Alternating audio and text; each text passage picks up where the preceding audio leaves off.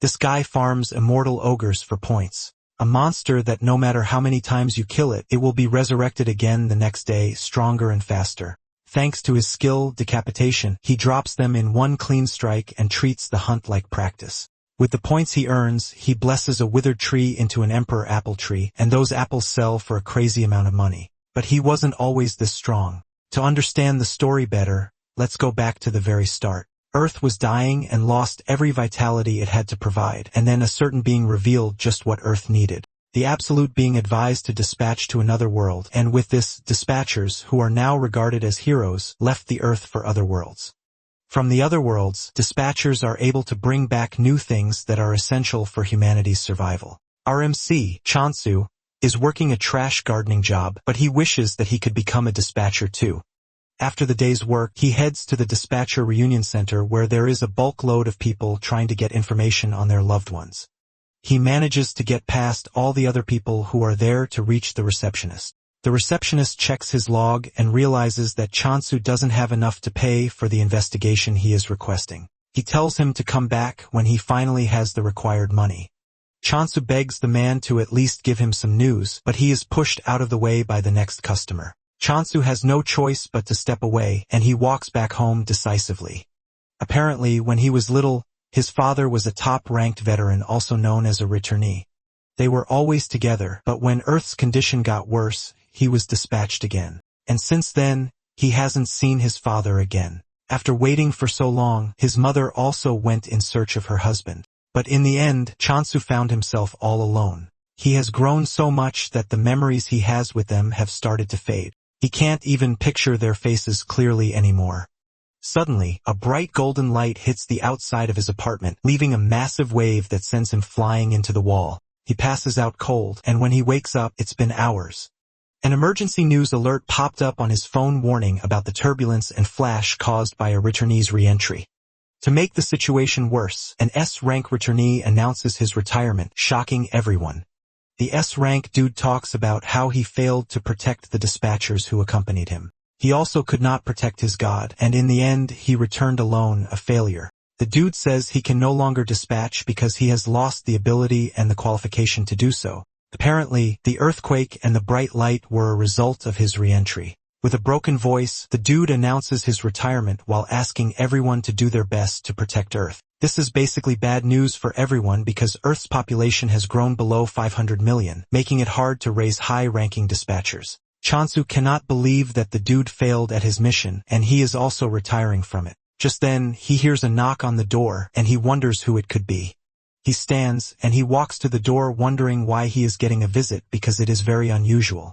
He opens the door and hears a voice calling him, but he doesn't see anyone standing at the door.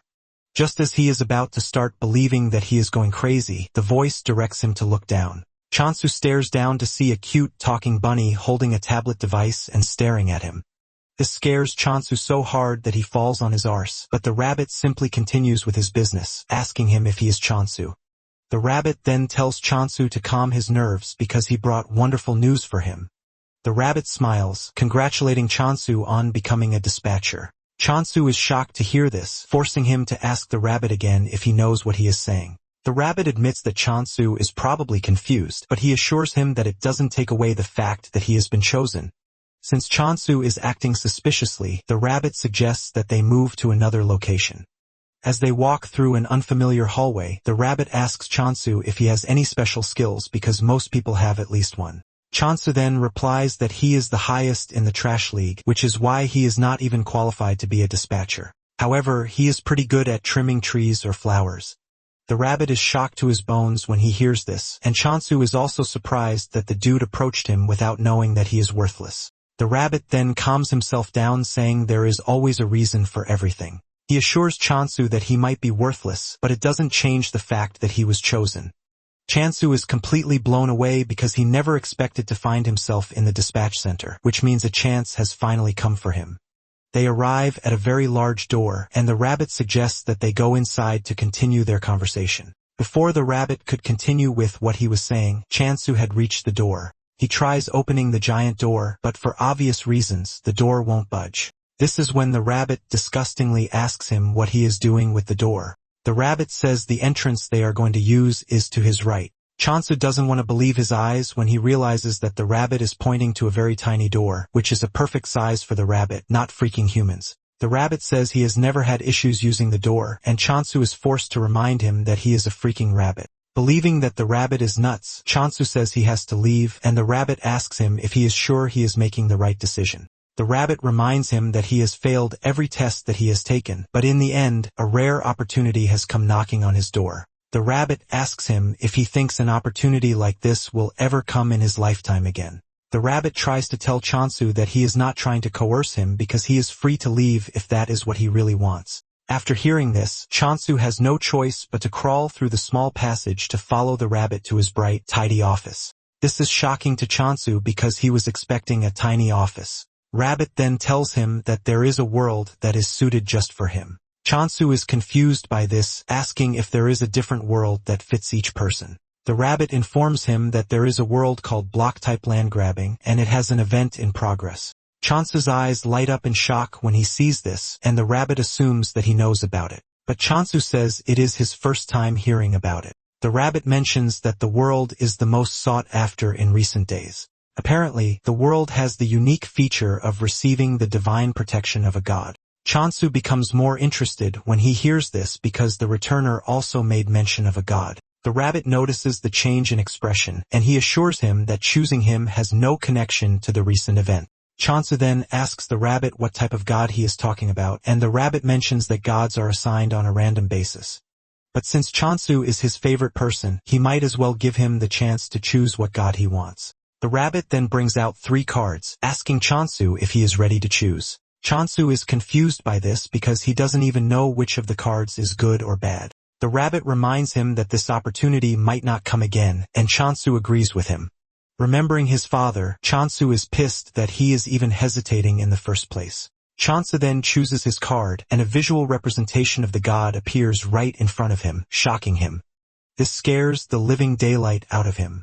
And when he stares at the card that he chose, he realizes that it is the god of negation with a 44% rate. The rabbit urges him not to be a coward because everything he just saw is nothing but a dramatic effect. With his heart almost out of his body, Chansu is forced to ask just what kind of god would require an effect that almost sends him to the afterlife. In addition, Chansu doesn't think the god is the right choice for him because the name alone spells trouble. Chansu gets back on his feet and nervously asks the rabbit if there is a chance that he can draw the cards again. The rabbit assures him that he can, ultimately shocking him. Chansu quickly draws the card, and just like before, he pulls the god of negation again. Chansu is pissed, and he starts assuming that the draws are a scam because there is no way he is getting the same god every single time. The rabbit then tells him that there is nothing wrong with the cards. Chansu is surprised to see the rabbit change his expression, and then he tells him that he has just one last chance to draw a card. He urges Chansu to choose properly this time around. Chansu is frustrated, and he hopes to just pick anything, which is basically not the god of negation. He draws another card, and this time a bright green light appears, and Chansu's face brightens up with hope. This time around, he pulled a card, which is the goddess of abundance, but it has a less than 1% probability. He's about to lose interest when he sees a visual representation of the goddess, and, boy, she is freaking hot. Even the rabbit can see the practical imagination on Chansu's face. The rabbit smiles, asking Chansu if he would like another chance. This shocks Chansu because the dude literally just told him he was giving him the last chance. Chansu then asks the rabbit what would happen if he decides on the current card, and the rabbit lets him know that he would have to depart immediately. Chansu is shocked to hear this, and the rabbit asks him if there is any reason for him to hesitate. He tells Chansu that he has a rare chance to go from being a dispatcher to becoming a returner. The rabbit starts feeding his head with sweet imaginations of how people will celebrate him for being a hero. The rabbit tells him that being a dispatcher will give him a very good life, which is 10 times better than the one he is currently living. Chansu realizes that the rabbit is actually right because his life is basically worthless in the first place. He makes his decision, and the system informs him that he has been chosen to serve the goddess of abundance. The image of the goddess is shown to him, and it is just what he imagined in his head. Chansu smiles, believing that he would be able to do anything if he were with such a goddess. Chansu then asks the rabbit where he is supposed to go. The rabbit opens a portal, saying it is time for them to go. But just then, he pushes Chansu straight for the portal. Chansu fears, asking the rabbit if it is really safe for him to enter the portal. The rabbit teases him that the portal is beautiful, but to Chansu, he is staring at an obvious death trap. Nonetheless, he has no intentions of backing down as he plans to become very successful to show his haters that they are trash. While he is busy thinking about how he is going to become successful, the rabbit pushes him into the portal. Just then, a voice scolds the rabbit for directly intervening in the matter when he knows that it is quite forbidden. The rabbit replies that they have no choice because Chansu is the only one who can help. While getting sucked into the portal, Chansu spots the loading screen and a tip pops up telling him the percentage signifies the size of the god's faction. This shocks Chansu to his bones because he thought the percentage was a probability, but it turned out to be something worse. Chansu finally makes it to his new world with the pain that he is just learning about something so crucial. He looks around to see that everywhere is not far from a wasteland. In addition to the goddess not having a faction, he has found himself in a doomed land. Seeing this, tears fall out of his eyes, and he concludes that he is done for. Chansu was expecting an abundant land, but everything he is staring at is nothing but a wasteland. The system window pops up again, welcoming Chansu to the world of digging. It tells Chansu that he is the apostle of the goddess, and he is required to secure as many land rights as possible through digging. Before he starts doing anything, he thinks of looking around first. He figures out that he needs to find the goddess, and he suddenly runs into an old shabby sickle. He wonders if someone used it and then threw it away. Since he is a gardener, the sickle matches his hand really perfectly. Suddenly, feels an overwhelming presence behind him, and fear grips him that a monster is about to consume him. Fear creeps through his body when he realizes that he hasn't even met the goddess yet, and a monster is about to make a meal of him. Chansu concludes that death is the last thing he wants at the moment. He decides to threaten the monster by swinging his sickle. He turns around and swings it really hard, only for him to see that there is no monster but a cute hamster staring at him. Chansu crouches to stare at the hamster, and he can clearly see that it doesn't harbor any sense of hostility toward him. Suddenly, it crosses his mind that he might get a bonus for taking out the hamster, and the hamster screams out its lungs in fear. Chansu smiles because he has successfully messed with the hamster. He decides to let it live as long as it doesn't cause him any problems. Suddenly, the hamster turns around to leave. The hamster stops at a distance, beckoning Chansu to follow him. Chansu then runs after the hamster, which is pretty fast for its size. Chansu wonders where they are going until they reach a stream, where Chansu wastes no time fetching water into his bottle to drink. He feels very refreshed, and he asks the hamster if he knows where the goddess is staying. The hamster tries responding to him, but their communication technique differs from each other. The hamster continues moving again, and Chansu follows it, waiting to see where the hamster is leading him. Moments later, they arrive at a huge tree that has dried up like the trees on Earth. Chansu steps on a whittled ginseng, shocking him. He wonders what a ginseng is doing in such a shabby place, but the hamster suddenly grabs the ginseng away from Chansu. Chansu is confused as he believes that the ginseng is for the hamster. Just then, the notification comes on, telling Chansu that he has discovered the goddess. Chansu believes that the system is glitching because he has not seen the goddess anywhere around. Chansu is rambling about this when the hamster grabs his leg, and he assumes that the hamster is messing with him. He grabs the hamster, telling it that he is busy and not ready to play. However, the hamster's expression tells Chansu something important that he has been missing. In the most unexpected surprise, the wilted ginseng is the freaking goddess. Chansu doesn't want to believe this because the goddess he saw was pretty bountiful, and there is no way she has shriveled into an ugly ginseng root. Since he is not ready to believe his eyes, the hamster brings out a magnifying glass for him to look through, and this is when he finally accepts reality. He holds his head in pain because the land grabbing and the percentage that he saw was nothing but a foreshadowing of his future situation. Chansu remembers that the numbers were going up when he was drawing the cards, and this basically means the god's influence was growing then. Chansu cannot believe that the god of negation was actually a good card, and it was hard to believe since it was coming up pretty often. Chansu wonders if the goddess shriveled away because her influence went down completely. Chansu stares at the goddess, wondering why she's not waking up. He starts to fear that he has completely killed the goddess when he steps on her, but the hamster just stares at him like some really dumb dude. It then dawns on Chansu that he might get the goddess to wake up if he gives her some water. He pours water on her, and surprisingly, a bright green effect emerges from the ginseng's body.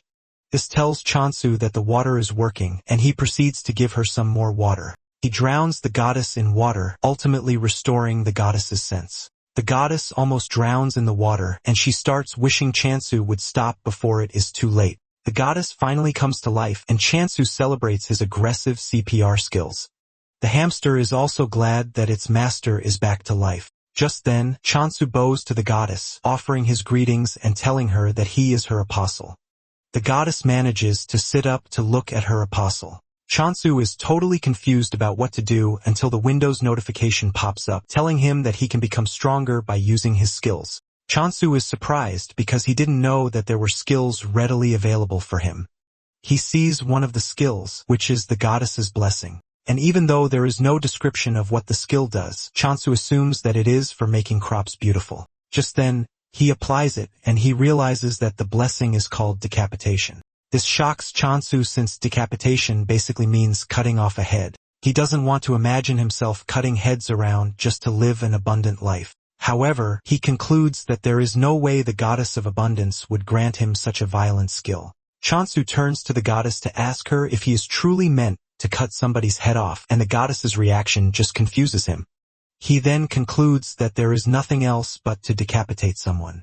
Chansu starts thinking about the several things that this might entail, and then it suddenly dawns on him that the hamster might be ripe for decapitation. The hamster is busy celebrating the revival of the goddess, not knowing that Chansu is staring at him with the most evil eyes ever.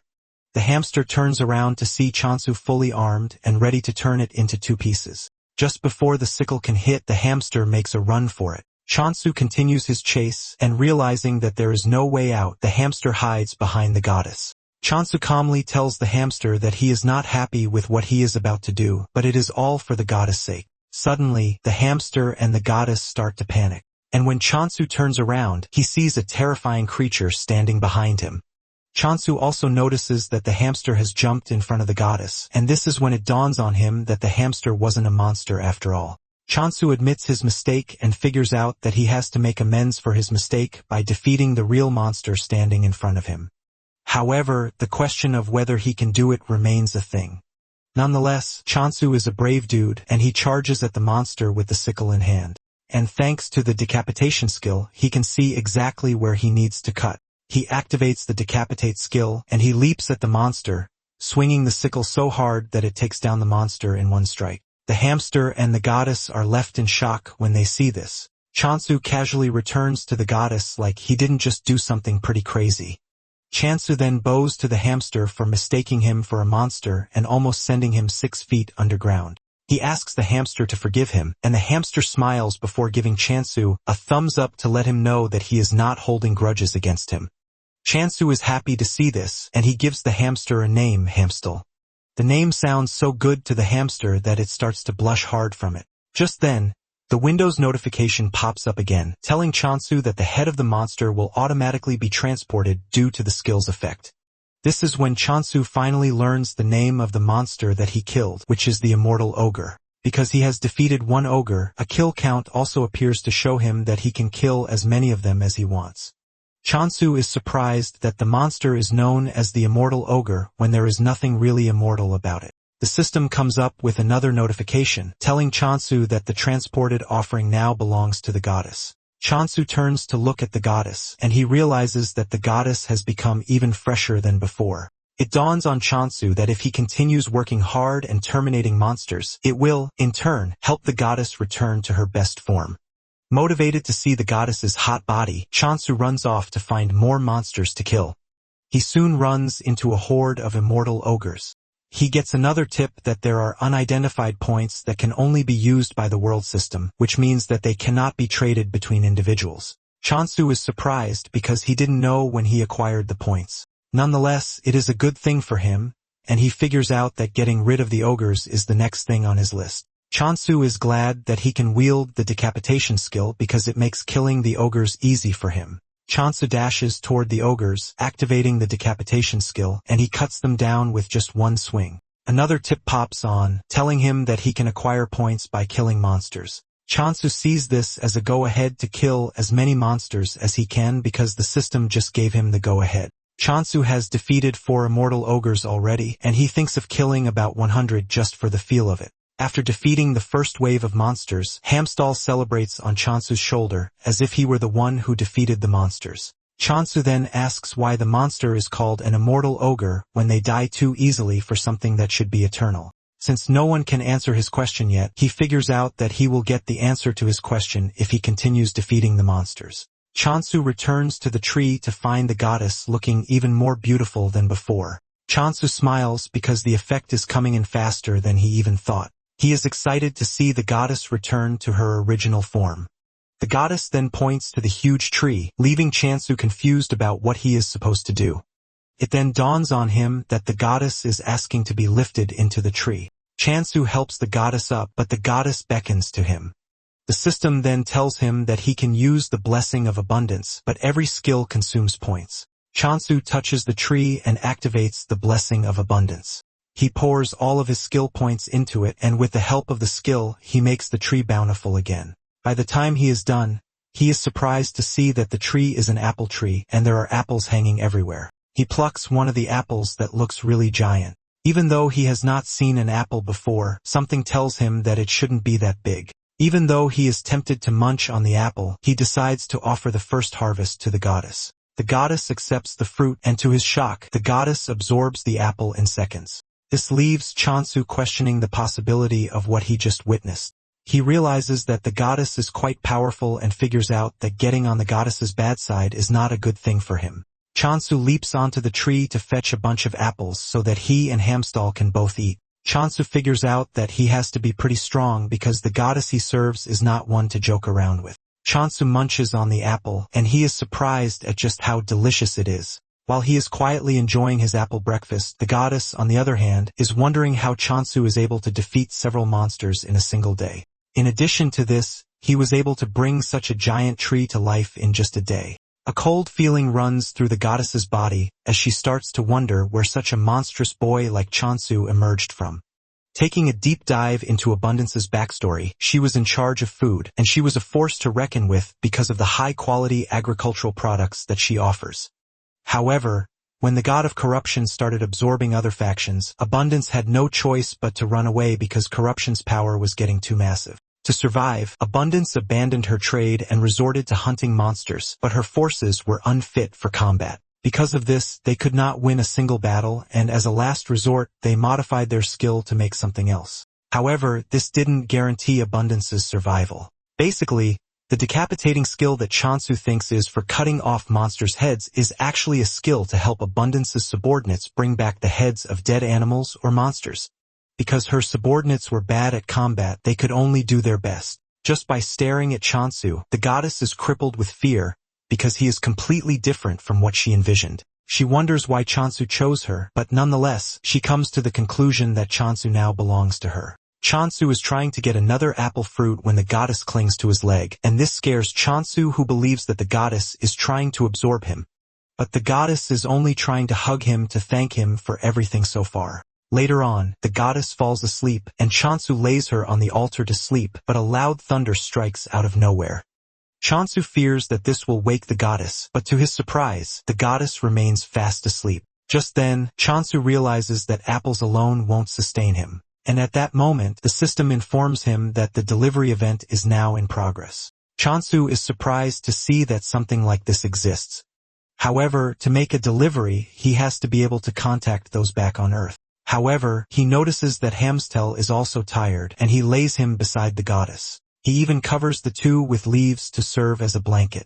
Meanwhile, at the reincarnation trading company, Hasigen, the apostle of reincarnation, bursts into her boss's office to scold him for giving him more work, even though she is already busy as it is. It turns out that they have gotten the order to deliver apples. The order also states that there is no money involved, which means that they are going to barter apples in return for goods. Hei Sujin screams at her boss asking if she did something wrong, and he decides to punish her with this trash of a job, but her boss says no. Her boss tells her that the business trip to get the apples is actually good for her because she won't have to work, and this will serve as a break for her. Her boss tells her that staying at the office means more work for her, and he urges her to use the trip to clear her head a bit. Hizujin argues with him, saying there is no one else to send on the trip, which is why he is sending her. Her boss chuckles nervously because she might be right with her deduction.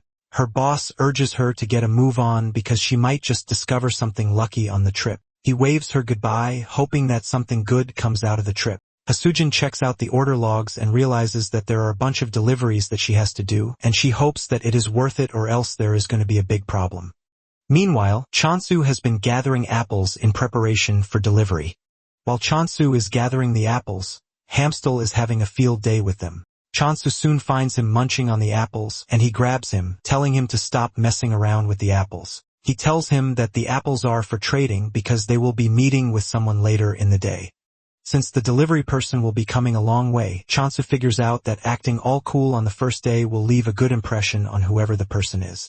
According to the information he got when signing the delivery event, he found out that the world is truly divided into blocks, and the Block Territory Conquest Grand Summon event is in progress. Even though it appears as a regular land, there is a wall at the edge, and to move to another block, a movement ticket is needed. Chansu figures out that there is really nothing around him, and it would take him a whole week to reach the nearest village. Chansu is glad that the delivery only takes 2 days. Even though it is quite fast, Chansu doesn't care as long as he gets his sleeping bags pretty fast. In addition, he ordered a cushion for the goddess to sleep on. Chansu is aiming to raise the goddess's affection to the maximum to make sure he doesn't get on her bad side. Chansu also notices that the immortal ogres have been showing up on their own since the day before, which is a good thing for him. He has finally figured out in the name that the immortal is more or less a reviving term. Nonetheless, Chansu doesn't care as long as he gets to terminate as many of them as he can while farming for points. While battling it out with the monsters, he almost gets crushed from behind, but he manages to dodge. This is when it dawns on him that the monsters have gotten slightly faster. He assumes that the monsters grow stronger just like skills do. Even with this, Chansu feels no danger coming from them whatsoever. While taking out the monsters, Hasujin is watching from the sky, and she has the same reaction as everyone who has witnessed Chansu take on the monsters. All she sees is a crazy, overpowered dude who has monsters for breakfast. Apparently, the immortal ogre was once considered the main hunting target for most dispatchers because it provided more points than regular monsters. However, no matter how many times it was killed, it always resurrected the next day, stronger than before. Even if the dispatcher moved their block, it would continue coming after them, which makes it the most persistent monster. In addition to this, it usually leaves a curse on its target, giving it the chance to wear them down until they eventually collapse. In the end, it became a creature that everyone avoids. That same creature is what Chansu is cutting down like tissue. Hasujin starts wondering if Chansu is so reckless that he doesn't even care about the monster's retaliation. Hasujin also notices that Chansu is not even purifying the defeated monsters. With everything she has seen, she assumes that Chansu is a swordsmaster, but then she wonders why a swordsmaster would be picking apples out of all the things that he can pick. Hasujin concludes that Chansu is not a smart swordsmaster, but to avoid his wrath, she believes that it would be best to deal with him in the most gentle way possible. After taking down the horde of immortal ogres, Chansu realizes that he has gained a ton of points and that it is increasing exponentially too. Because of the blessing, an apple now costs 1,000 points. Chansu figures out that hitting 100 is not going to be a problem for him. He had been wondering why there was a shrine in the region in the first place, but it appears to be a jackpot for him. Just then, Hasujin approaches him, and she humbly bows to him. She introduces herself, revealing that she is from the trading company and that she has come with Chansu's delivery. Chansu excitedly shakes Haseo-jin's hands, saying he is actually impressed that she managed to find the block on her first try. Deep down, Haseo-jin is scared because Chansu is a powerful dude, and she has to be very careful not to get on his bad side. Just then, she spots the hamster, and this catches her attention because he looks so squishy that she wants to hug him. Chansu notices the eagerness on her face, and he asks her if she is feeling unwell, but she replies that she is feeling good. Unknown to Chansu, Haseo-jin is just eager to touch the hamster. Chansu then tells Haseo-jin to follow him, so he can lead her to where the apples are. Upon arriving there, the smell of the apples alone catches her attention, and she is forced to say this out. Chansu agrees with her, saying the apples grew really well. Haseo-jin cannot believe that the large tree standing in front of her is an apple tree. Chansu plucks one of the apples, and he asks Haseo-jin if she would be willing to eat the apple. Haseo-jin collects the apples, and the massive sizes of the apples shock her. However, she is not expecting anything great because when a fruit gets too big, the sweetness suffers a backlash. She expects to be disappointed, but the moment she bites out of it, she is sent into a state of unimaginable tastefulness. Hesijin realizes that the apple is quite sweet and the acidity is also balanced out. She figures out that the apple would sell for nothing less than 100,000 gold because of how sweet it is. Hesijin then asks Chansu to confirm if he placed a 2,000 gold price tag on the apples, and Chansu says yes.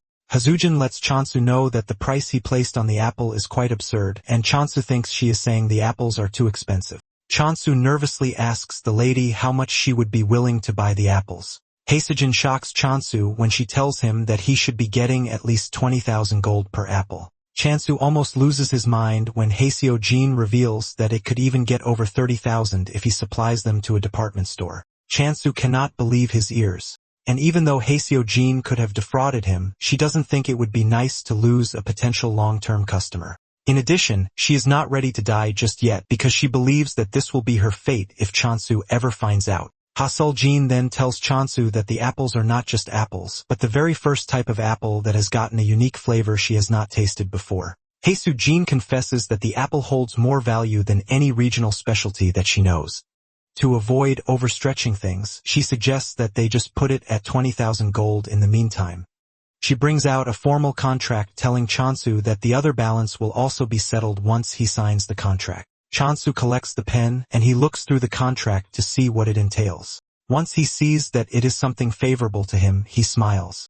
However, he suggests that they adjust a particular section of the contract. Hesijin is surprised when she realizes that the company's share percentage has gone up. Chansu lets her know that it wasn't a mistake, but he did that because he would like to build a long-lasting relationship with Hesijin.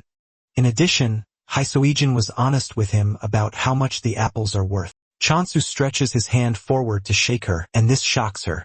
She then thanks Chansu for accepting the contract, and she hands over the items that he ordered. Among the things he ordered are seeds, food supplies, and cooking tools.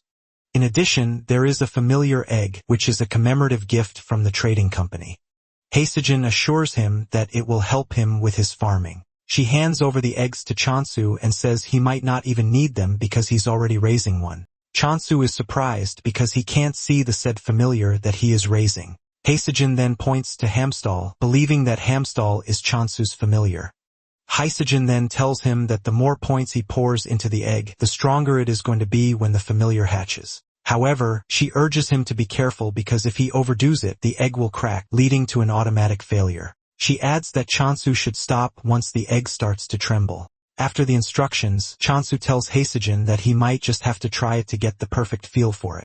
Hesijin asks about the expected harvest and schedule for the apples, and Chansu says one day should be enough. This shocks Hesijin because they are going to be getting daily supplies of apples.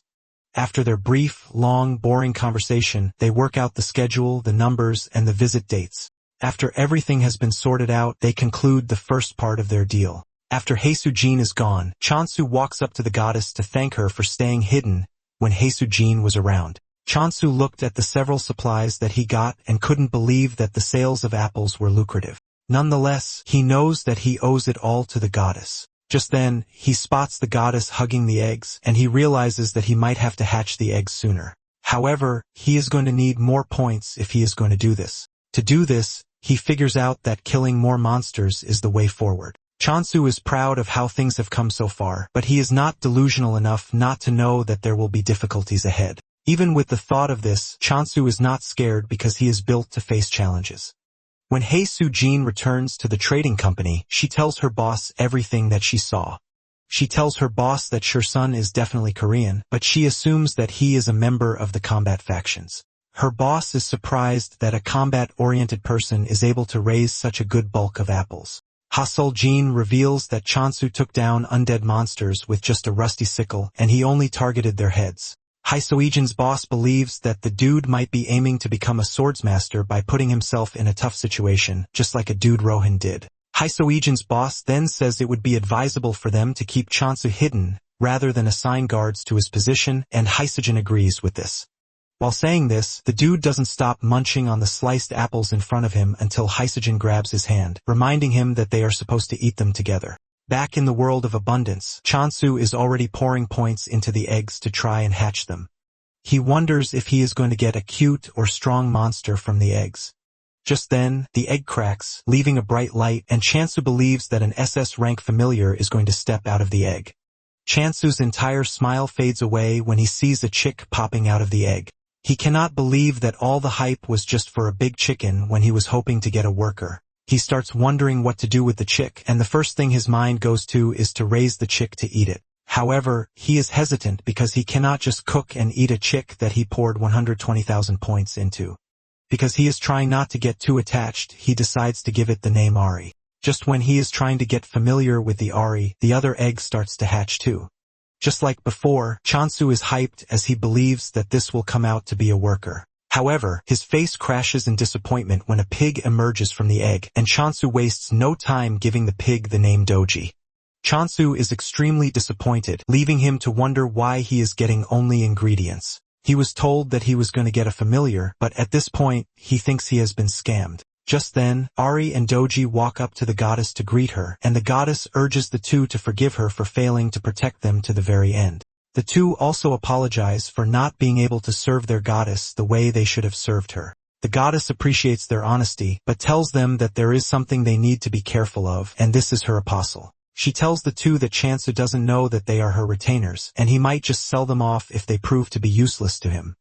To make it worse, he might even eat them, and the two can feel the scary aura coming from Chansu, which makes the goddess's claim valid. The goddess urges the two to be on their best behavior until Chansu is able to obtain the communication skill. The two agree with the goddess, saying it would be better for them to just observe as it is. The next morning, Chansu heads out as usual, and his main targets are the undead monsters. Doji and Ari wake up early in the morning to hear commotion everywhere. The sleep disappears from their eyes when they see Chansu running about, cutting down undead monsters. This is when it finally dawns on the two that Chansu is pretty dangerous, and the goddess was not joking when she told them to be on their best behavior. Ari tells Doji that Chansu was staring at them in the weirdest way, and Doji panics when he remembers this. Just as he finishes taking out the undead monsters, Ari and Doji appear with a towel on their head. They praise Chansu for the hard work and tell him to clean up with the towel. The two have seen Chansu in action, and they have finally understood what the goddess told them about being useful. Chansu thanks the two for being thoughtful, and after cleaning up, he offers them an apple. Doji rushes toward the plate while Ari is trying to act like he is not a glutton.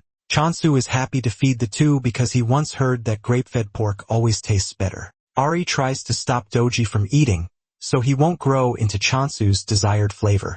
However, Ari also gets drawn in by the flavor of the apple because of the amount of points that Chansu poured into it. Nonetheless, he manages to control himself. Chansu then offers him grains, and he jumps on the grains without wasting time. To him, he is making the right decision because he is never going to grow into fried chicken like Doji. After this, Chansu moves over to farming. He has Doji dig the ground while Ari plants the black bean seeds. Chansu then covers the ground and gives the seeds water before adding the blessing of abundance. In no time, Chansu has a farm with healthy plants covering it. Chansu holds one of the seeds in his hands, and the moment Ari spots the seed, he locks in on it. He rushes toward Chansu, but he hides the seed, telling him that the first harvest must be given to the goddess. Chansu gives the goddess the seed as usual, and she absorbs it in the most weird way just like she always does. Chansu then tells Ari and Doji that it is time they eat because they are going to plant potatoes later. Unlike before, Ari consumes as much food as Doji. The two end up looking like inflated balloons, and Ari believes that he is done for because he couldn't hold back his hunger. On the other hand, Chansu is just happy that the two are eating well, and this serves as a motivation for him to plant more crops that they are going to enjoy. Just then, his mind crosses the apples, and he hopes that they are selling well on the market. At the store, Hazujin's boss notices that the apples are the only items left for sale. A lot of people have gathered, but none of them are ready to buy, which is expected. He had even decorated the apple and packaged it well to make it more pleasing, but people don't think a single apple is worth 200,000 gold. He is left scratching his head in frustration because he has no idea how to convince people that the apple is actually delicious. He is pretty sure that everyone will change their minds after just a bite, but the problem is getting them to have a bite. Suddenly, he hears someone purchasing the apples.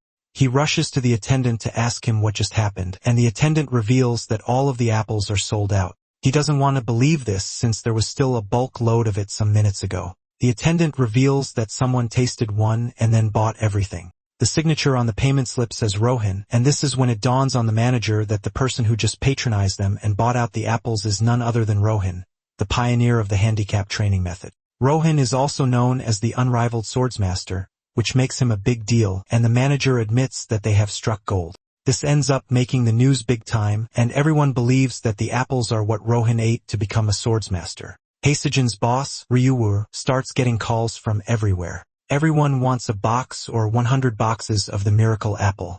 A week after Chansu arrived in the abundance world, he admits that he has been living life greatly. He has potatoes with him and he is ready to cook. While cooking the tasty potatoes, Doji is already holding his leg to let him know that he is interested. Chansu simply reveals that he is not making the potato for him because he just finished eating his own meal. Nonetheless, he still gives him some to eat. Moments later, Haesujin shows up and she is surprised to see that all of Chansu's familiars have hatched.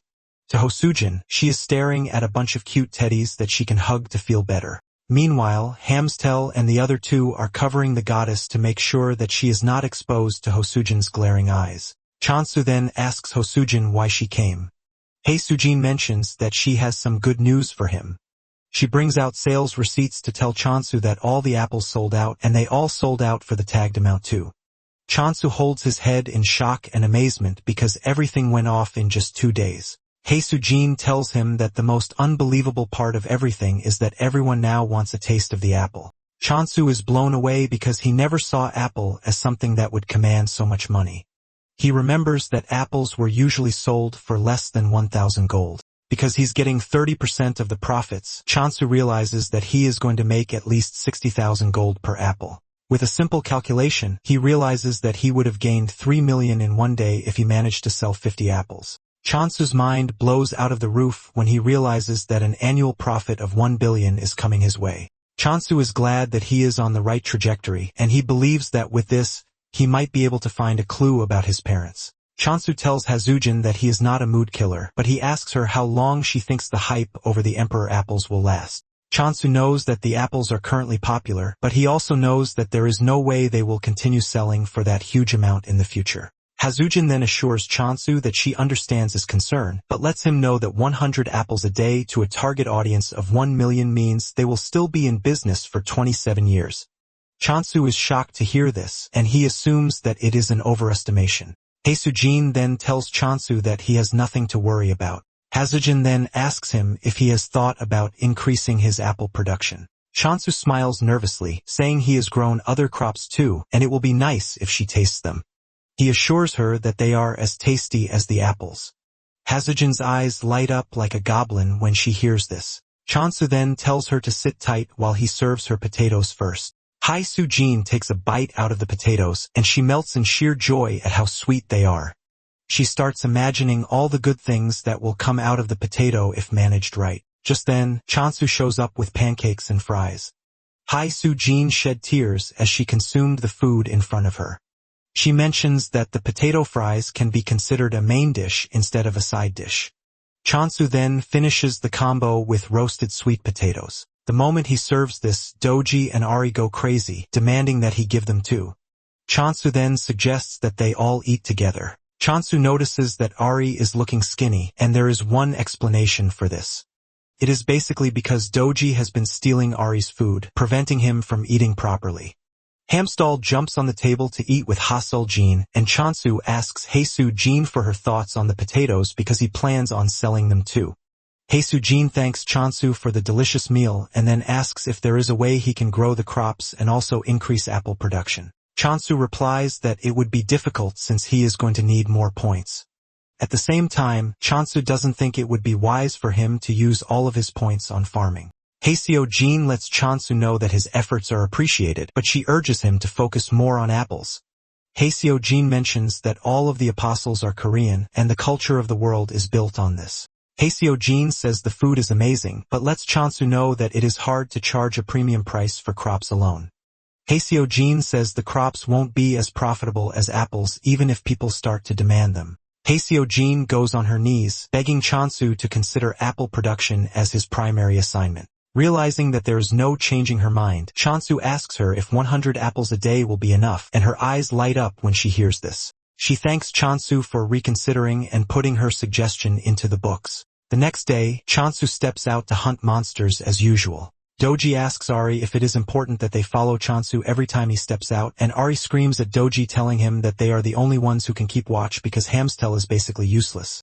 Unknown to them, Chansu is actually wondering why the two keep following him everywhere, and he assumes that they are combat-type familiars. Chansu doesn't think there is any way actual familiars will be pretty useless, to the point that the only thing they can offer is to eat. His conviction soon goes down the drain when he sees the two getting chased down by an undead monster. Chansu blames himself for thinking the two are worth the hype he was giving them in the first place. Just then, Doji trips, giving the undead monster the chance to close down on him. Chansu tries to reach him, but the distance is just too much for him. Chansu tries getting the monster's attention by screaming, but even this doesn't work.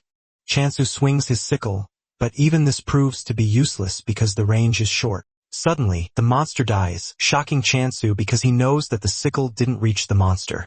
Just then, it dawns on him that the skill might have been upgraded and the skill range has increased. Chansu tries it out by staying at a distance and swinging the sickle at the monsters.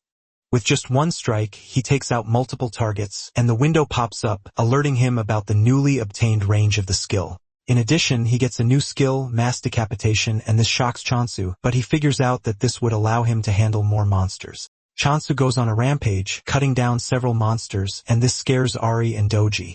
The two immediately run back to the goddess, who is shocked to see them back so soon. Ari tells the goddess that Chansu might have gotten stronger, but at the same time, obtaining the communication skill is also important. The goddess then urges her retainers to calm down because she never granted such a skill. Doji then tells the goddess that the name of the new skill is mass decapitation, and this name itself shocks the goddess. Fear crept through her body as she thought about this because it was her first time hearing it. Even the goddess has no idea what type of person Chansu is at this point. She assumes that he is a grim reaper sent from hell. Just then, the goddess tells the two that she might actually have an idea of what is happening. Doji hears this, and his head goes into overdrive, believing that the goddess was truly the one who bestowed the skill upon Chansu. Ari is forced to slap Doji for being so dumb, and he tells him to hear what the goddess has to say before coming up with his trash ideas. Ari then asks the goddess what she thinks happened, and the goddess replies that the apostle skill has evolved. The goddess mentions that decapitation skill is a modified version of the harvesting skill. She reminds them that the evolved skill allowed the user to engage in a wide range of harvesting, just the same way that the goddess thinks Chansu's skill has evolved into mass decapitation. Ari is surprised to hear this, and he mentions that this was something first-year apostles only could do. The goddess agrees, saying this is exactly why Chansu is pretty scary. However, the goddess thinks he is a thankful dude, which makes things a bit better. The goddess says Chansu might be growing at an exponential rate, but it is all thanks to his growth that they are safe to some extent. The goddess then says she will give Chansu the communication skill once he returns. Moments later, Chansu returns, and the goddess excitedly gives Chansu the chance to pick between two new skills, since it is against the rules to define an apostle's path. Chansu stares at the status screen to see that he has two skills that he can choose from, which are the promise of abundance and communication. The goddess is confident and assured that Chansu is going to pick the communication skill. The goddess can't wait to tell Chansu to stay away from danger, and also to thank him for everything he has done so far. After taking a minute to think about his choices, Chansu picks the promise of abundance skill, shocking the goddess, who least expected this. Before making his decision, Chansu had stared at the screen for some time to know which skill would work best. He stared at the communication skill and realized that it was just a skill that allowed him to communicate with plants and animals. The horror of hearing Ari and the others scream at him whenever they are pissed made him realize that he is going to have a really hellish life if he picks the communication skill. Since there is a saying that ignorance is bliss, he decides that choosing the communication skill would be a wrong move. This is why he went for the promise of abundance instead. And the moment he picked the promise of abundance skill, he realized that everyone is pretty gloomy. He now has two skills on the board, but just like before, there is no description for the skill. Chansu then picks out an apple with the intention of giving it to the goddess as a first offering. But to his surprise, the goddess turns her back to him, and she starts to cry. On the status screen, Chansu learns that depending on how he uses his skill, the points will return accordingly. Chansu wonders why the goddess is rejecting the apple that he gave her. In an attempt to cheer everyone up, he pinches Hamstel's cheek, and this cheers the hamster up a bit. He also rubs Doji's belly to tickle him, but to his surprise, the points are not coming back. Just when he is thinking of what might be wrong, Haisojin shows up in a hurry, telling him that he has to claim the block and defend it. This shocks Chansu, forcing him to ask if someone is planning to attack them. Haisojin says there is the possibility of this because the Emperor Apple has gained much popularity.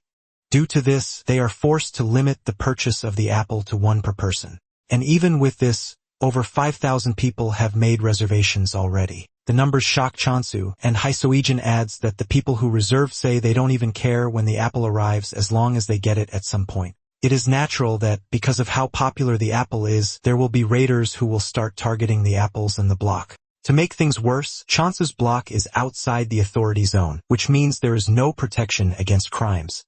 Haisojin wishes that they had some kind of backing because it would have completely changed the game. Chansu thinks deeply about this and realizes that the only backing he has is the goddess. Chansu figures out that if he loses, it is going to be the end for the goddess and the entire region. Haisojin tells him that the first step in curbing this is to claim the block and install a secure gate. Chansu agrees to this, and he says capturing the surrounding blocks to set up a disguise base will put them closer to Haisojin. Haisojin sees this as a really great idea because once they occupy the block and build a door, they won't have to deal with movement restrictions. Chansu then asks why the reservations increased out of nowhere because it definitely isn't normal. Haisojin tells him that the whole block is going crazy because of the effects of the Emperor Apple. Chansu is confused about the set effects, and Haisojin mentions that there have been claims that the apple is a cure for all. This shocks Chansu, who doesn't think the apple is even capable of everything they are claiming it does. Even Haisojin believes everything, but Chansu doesn't think much about it because it is just an apple. Meanwhile, an annoying journalist is following Rohan as he enters the hospital, and he has his camera ready. Rohan visits his friend, Yoon-soo, who is a grand alchemist. Rohan tells Yoon-soo that he brought a get-well gift for him, and the gift is nothing but a box of Emperor apples. Yoon-soo is surprised that Rohan brought the apples for him because he has heard the rumors too. Yoon-soo takes a bite from it and explodes in pleasure, saying the nutrition and flavor are maxed out. Yoon-soo expresses his shock and starts asking questions about the apple, but Rohan reminds him that he is not a cuisine expert. While Yoon-soo is slowly eating the apples, Rohan, who brought them as a gift, is munching on them like crazy. Yoon-soo stares at the apple and says there is no way to get this level of perfection out of an apple even if fertilizer is used. Yoon-soo screams out in horror when he realizes that his friend is eating the apple alongside him, and Rohan urges him to eat fast instead. Yoon-soo proudly tells Rohan that he doesn't care because he can easily call the Sunhwan department store and just order his own box of apples.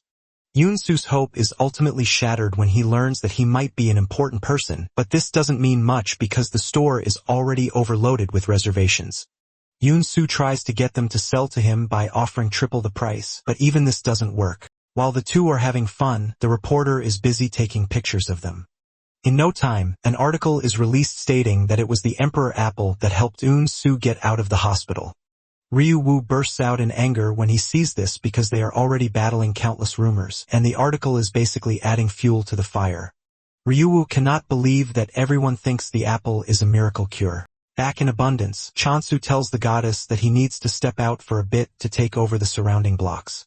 Chansu tells Doji and Ari that they will be in charge of protecting the goddess. The goddess is shocked that Chansu is stepping out to claim territories, and she assumes that it is because he just got a new skill which is not even a combat skill. The goddess grabs his leg to prevent him from leaving because it is dangerous. Since Chansu can't understand the goddess, he assumes that the goddess is holding on to him because she now needs protein.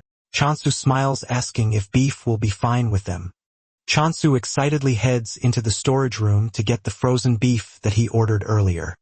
Chansu is excited because it is basically the first real meat that he has gotten his hands on. Back on Earth, he only feasted on lab-grown meat. Chansu excitedly puts on the stove and he starts grilling the meat. He admits that the smell is definitely on a different level from the cultured meat he has always eaten. Doji is already excited to eat the meat, but Chansu tells him that the meat is for the goddess.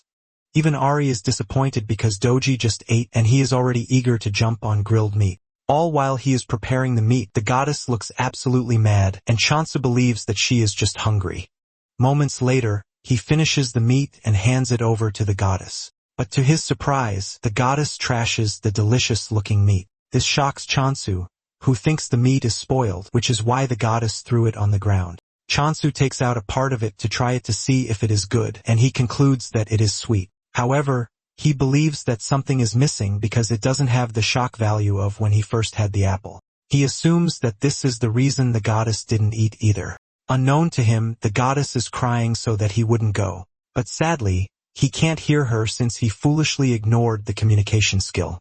On the other hand, Ari and Doji are celebrating because Chansu tells them that he is going to bring delicious meat for them when he comes back. That night, Chansu steps out just as planned. And while Ari and Doji are sleeping like logs of wood, the goddess stays awake, totally worried. Chansu arrives at the edge of the block, and the system asks him if he wants to move to the next block. Chansu then accepts the option, and he finds himself in the next block, but everywhere is pitch black. He uses the lantern to gain some visibility, and he realizes that he is in a jungle which is completely different from where he was before. Suddenly, a swarm of flying monsters dashes toward his location, and because they are too small, Chansu makes a run for it. They are so small that he can't even target their necks, and he figures out that running back to where he came from is his best option. Suddenly, the undead monsters cross over from the other block. Chansu is shocked to see them, but before he can make a violent move, he realizes that the monsters are on his side. Since he can't hear them, he doesn't know that the undead monsters are ready to protect him from other monsters because they believe that they are the only ones who have the right to kill Chansu.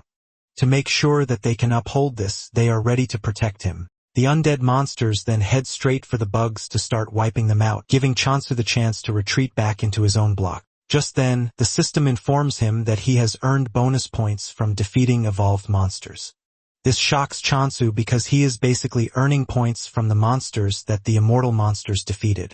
Chansu smiles evilly because he has somewhat hit a gold mine of points. He realizes that this changes everything because he is gaining points and his customers are also increasing. The undead monsters that he was once running from are now bonuses to him. Back at the department store, Hei Soo-jin complains about the number of calls and orders that they have gotten. Ryuhu confesses that they have been allowing the rumors to fly for so long, but he doesn't think they can allow it to spiral any further. To curb the entire problem, he tells Hei Soo-jin that any mention of the Emperor Apple is strictly forbidden. He says there will be no more response to inquiries or interviews. He suggests that they greet all questions with silence and indifference. Hasijin thinks this might not be feasible because it is going to be total chaos. Ryuhu argues, saying they can't let out a word again even if they are threatened. Just as he mentions this, a sword appears on his neck, making his joke turn into reality. A voice appears from behind apologizing for startling them. Ryuhu turns around to see that the person who held a sword to his neck is the swordsman, Rohan. Ryuhu is crippled with fear, and he asks Rohan why he has come to the office. Rohan says he has talked to Ryuhu's boss already, but he didn't give him the answer that he wanted. However, he hopes that Ryuhu will be more cooperative. Rohan then drops the big question, asking Ryuhu who is responsible for growing the Emperor Apple. In addition to this, he wants to know where the said person is. Ryuhu immediately runs behind Hasijin, telling her to explain things to the scary Rohan. Hasujin is shocked that Ryuhu is hiding behind her when he is the senior and should be the one explaining things. Ryuhu frantically tells Hasujin that he never thought Rohan would bring a real sword to a civilized talk. Hasujin is ultimately disappointed, and she finally understands the saying that bosses are trash. Even though she is scared, Hasuja stands her ground, telling Rohan that the company doesn't joke with their clients' information. The moment Rohan hears this, he pulls out his sword and the two almost faint from fear. Surprisingly, Rohan drops the sword on the floor instead of ripping them apart with it. Rohan then tells the two that he doesn't need them because he is just going to find the farmer by instinct. After saying this, he turns around to leave, shocking Ryu and Hasujin.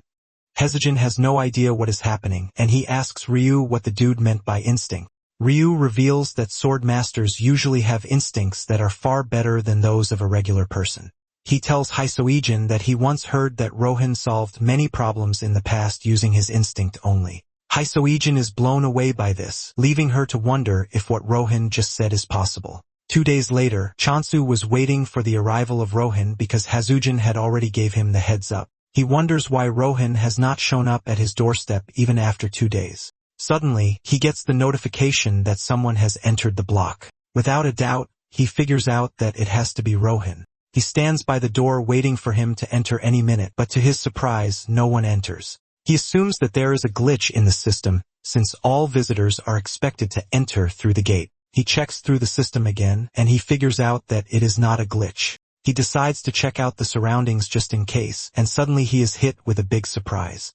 Chansu watches as Rohan tears down a section of the barrier with nothing but his sword. Just the sight of Rohan sends chills down his spine, and Rohan walks up to him asking him if he is the apple cultivator. Chansu tries to hide his nervousness by welcoming Rohan the best way he can. Rohan goes straight to the point, telling Chansu that he is there to buy apples. Chansu is shocked by the sudden request, and he asks him how many apples he plans to buy. Rohan says he would like 100 apples, but if he can get 200, he doesn't mind. This shocks Chansu, and he screams out, telling Rohan that what he just requested is practically impossible. Chansu mentions that the limit to apples that he can sell is 50. Without arguing, Rohan says he is fine with 50 apples. Chansu then asks him what price he is willing to offer for the apples, and Rohan says 200,000 gold each.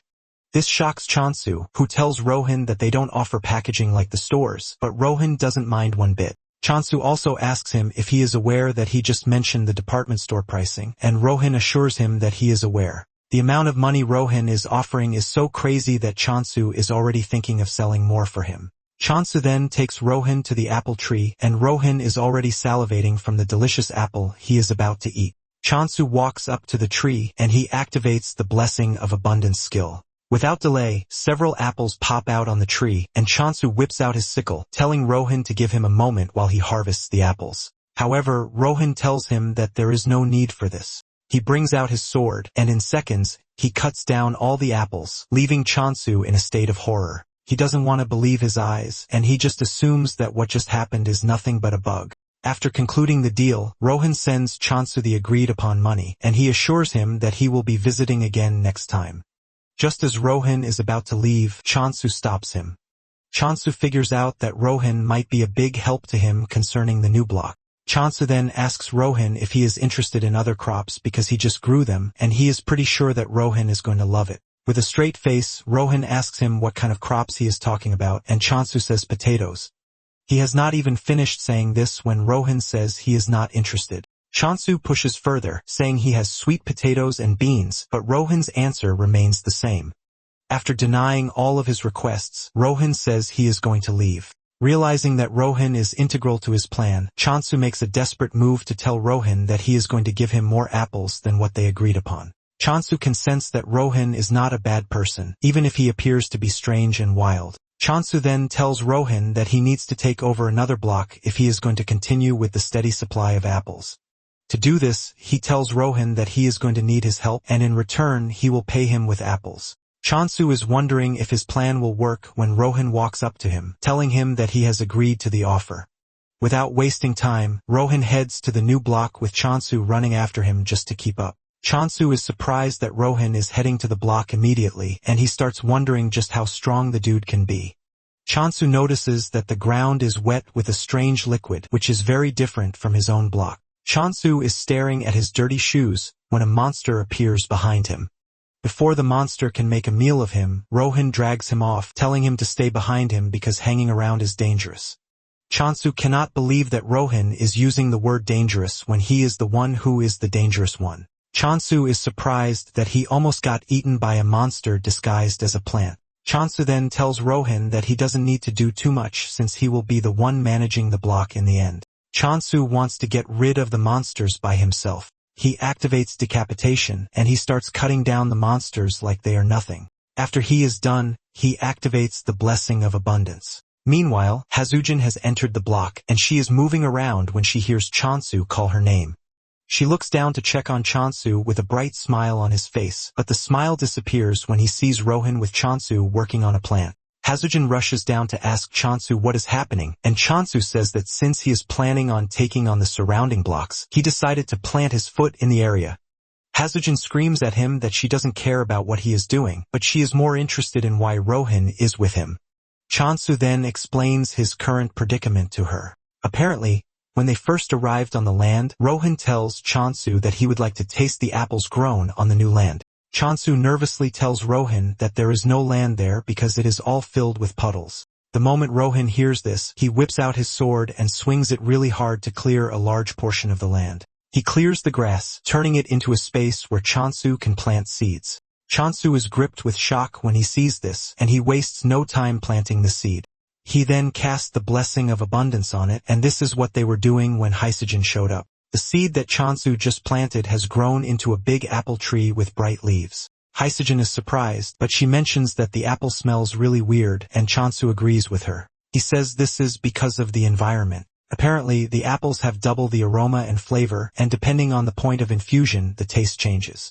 Chonsu then confesses that he is still experimenting with it. Chonsu plucks one of the apples and hands it over to Hisijin, asking her if she is willing to have a taste, but the girl refuses, saying she will pass. Hisijin then spots the plant monsters on the ground, and she calls them ostrich tails. Chonsu is surprised because this is the first time he will hear of it. Basically, the monster takes a liking to an ostrich's habits, and it is said to be active only at night, which makes it extremely hard to catch. Hisijin checks out the monster, and she confesses that the conditions look really great. He takes some of its blood into a test tube and then asks Chonsu if he was the one who hunted the ostrich tails. Chonsu replies that it was all him, assuring Hisijin that Rohan wasn't involved. Chonsu asks Hisijin if there is a problem with this, and Hisijin suddenly grabs him, asking him if he is willing to sell them.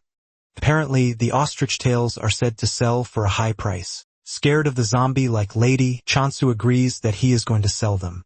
Hisijin raises her hand in the sky, celebrating like she just won the lottery.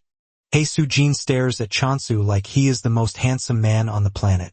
Hisijin can't wrap her head around the fact that Chonsu is skilled in both farming and combat. In addition to this, he even has a sword master by his side. Hisijin cannot hide the fact that meeting Chonsu is a blessing to her. Hisijin is dreaming about several products that she might still get the opportunity to sell when Chonsu calls her name. Hisijin is pissed that he ruined her imagination, and she asks him if he wants anything from her. Chonsu reminds her that he ordered some things, and Hisijin looks into the bag to start bringing out all the things that Chonsu ordered, like pest control plant seeds. There's also a building construction kit with her. In no time, Chonsu builds a portable home for adventurers, and he also plants the pest-repelling seeds in the area. This leaves Hisijin shocked because she didn't know that Chonsu has the ability to also grow plants in a short duration of time. Hisijin continues wondering just what kind of person Chonsu is. Soon afterward, he purchases the new block, leaving the goddess and her retainer rejoicing like babies. Chonsu is also happy because he has finally become a landowner. Apparently, a single block usually consists of 100 ownership units, and once all are acquired, the faction gains possession. Chonsu is exceptionally happy because back on Earth, he could barely acquire a single room. In addition to this, purchasing the land comes with a bunch of new features, and the most important one is the block's trait assignment feature. Chonsu gets a tip from the system, telling him that the traits assignable to a block depend on the apostle's god or the block's nature. Chonsu is happy to hear this because the feature fits perfectly with the goddess's nature. The system asks him to choose a trait to assign to the block, and his options are growth and death. Since growth sounds better than death, he thinks of choosing growth. In addition, he believes that this will help with the goddess's growth too. Chonsu applies the growth trait, but things don't look entirely different from what they look like. Chonsu concludes that there is no notable difference because it is still on stage 1. He checks out the status window to see that the growth trait affects basically everything. Chonsu is smiling until he realizes that there is an option for spawn monster growth there. Chonsu almost faints from the fear creeping through his body when he sees this. This basically means the trait has its bad and good attributes. One of the bad attributes is that the undead monsters have partaken in it too. Even though they have grown, Chonsu is relieved that they are still manageable. Chonsu heads out as usual to take on monsters, and he easily takes them down as usual. He is glad because the undead monsters growing stronger also means more points for him. Suddenly, Rohan appears behind him, shocking him because he didn't even sense his presence. Chonsu figures out that Rohan has come to see him because his apple is already finished. Rohan wonders what Chonsu meant by already, and Chonsu reminds him that it has not even been a week since he got the last batch. Chonsu concludes that Rohan is just going to die from eating too many apples. Chansu then asks him how many apples he needs, and he replies that he wants 120. But if he can get more, he won't mind. Chansu then tells Rohan that he would have to adjust the flavor because of the change in environment. He says Rohan will taste one for free. Unknown to Chansu, the goddess and her retainers are gathered under the apple tree. He is shocked when he gets there to find them playing around. The group almost sinks into the ground when they spot Rohan since he looks pretty dangerous. Suddenly, Rohan swings his sword and Chansu believes that he is aiming for the group. He dives to protect them, but in the end, Rohan was just aiming for the apples. Chansu believes that Rohan has not sensed the presence of the goddess since he called them familiars. Just then, Rohan says he can sense the growth trait on the block, and because of this, he would like to stay and train, but he assures Chansu that he is going to pay. Chansu becomes interested when he hears that Rohan is willing to pay, and he asks him how much he is offering. Rohan smiles while telling him the amount of money he is ready to throw out. This sends Chansu into a state of ecstasy, and he immediately shakes Rohan's hand, welcoming him as his esteemed customer. Rohan asks him if he thinks his request is possible, and Chansu says yes. However, he wants to know if the environment will not be torn in half, and Rohan assures him that it won't. Chansu also asks if things will suddenly explode out of nowhere, but Rohan assures him that he has nothing to worry about. Chansu then tells Rohan that he doesn't have the power to manufacture monsters since he doesn't even have lots of points to spare. Rohan lets him know that he doesn't need his help to sort out monsters because all he needs is a space in the corner. Chansu is surprised to hear that this is all Rohan needs. Chansu has no issues with this, but he tells Rohan that there is something else he wants aside from money. Chansu lets out his heart, saying he would like Rohan to be his guard. Since the world they are living in is prone to being in danger every time, Chansu thinks it would be better for Rohan to protect. After all, Rohan is one of the best swordsmen out there. Rohan replies that he will consider Chansu's offer if he can enhance the growth effect. Chansu is glad to hear this, and he assures Rohan that he is going to enhance the growth rate by 50,000 points every day. In addition, he's willing to provide 10 apples daily. Rohan is more concerned about the apples, and he asks if they can be purchased differently. Chansu then assures him that he doesn't have to worry about the apples. Meanwhile, Doji and the others are shaking in fear because it seems Rohan will now be staying with them. On the other hand, Chansu thinks the familiars will be happy because they have a swordsmaster protecting them. Chansu turns around to see a different reaction from the group. Rohan also sees this, but Chansu lies, saying the group is only shy because he is new. Chansu tries to get them to become familiar with Rohan, but the group runs away instead.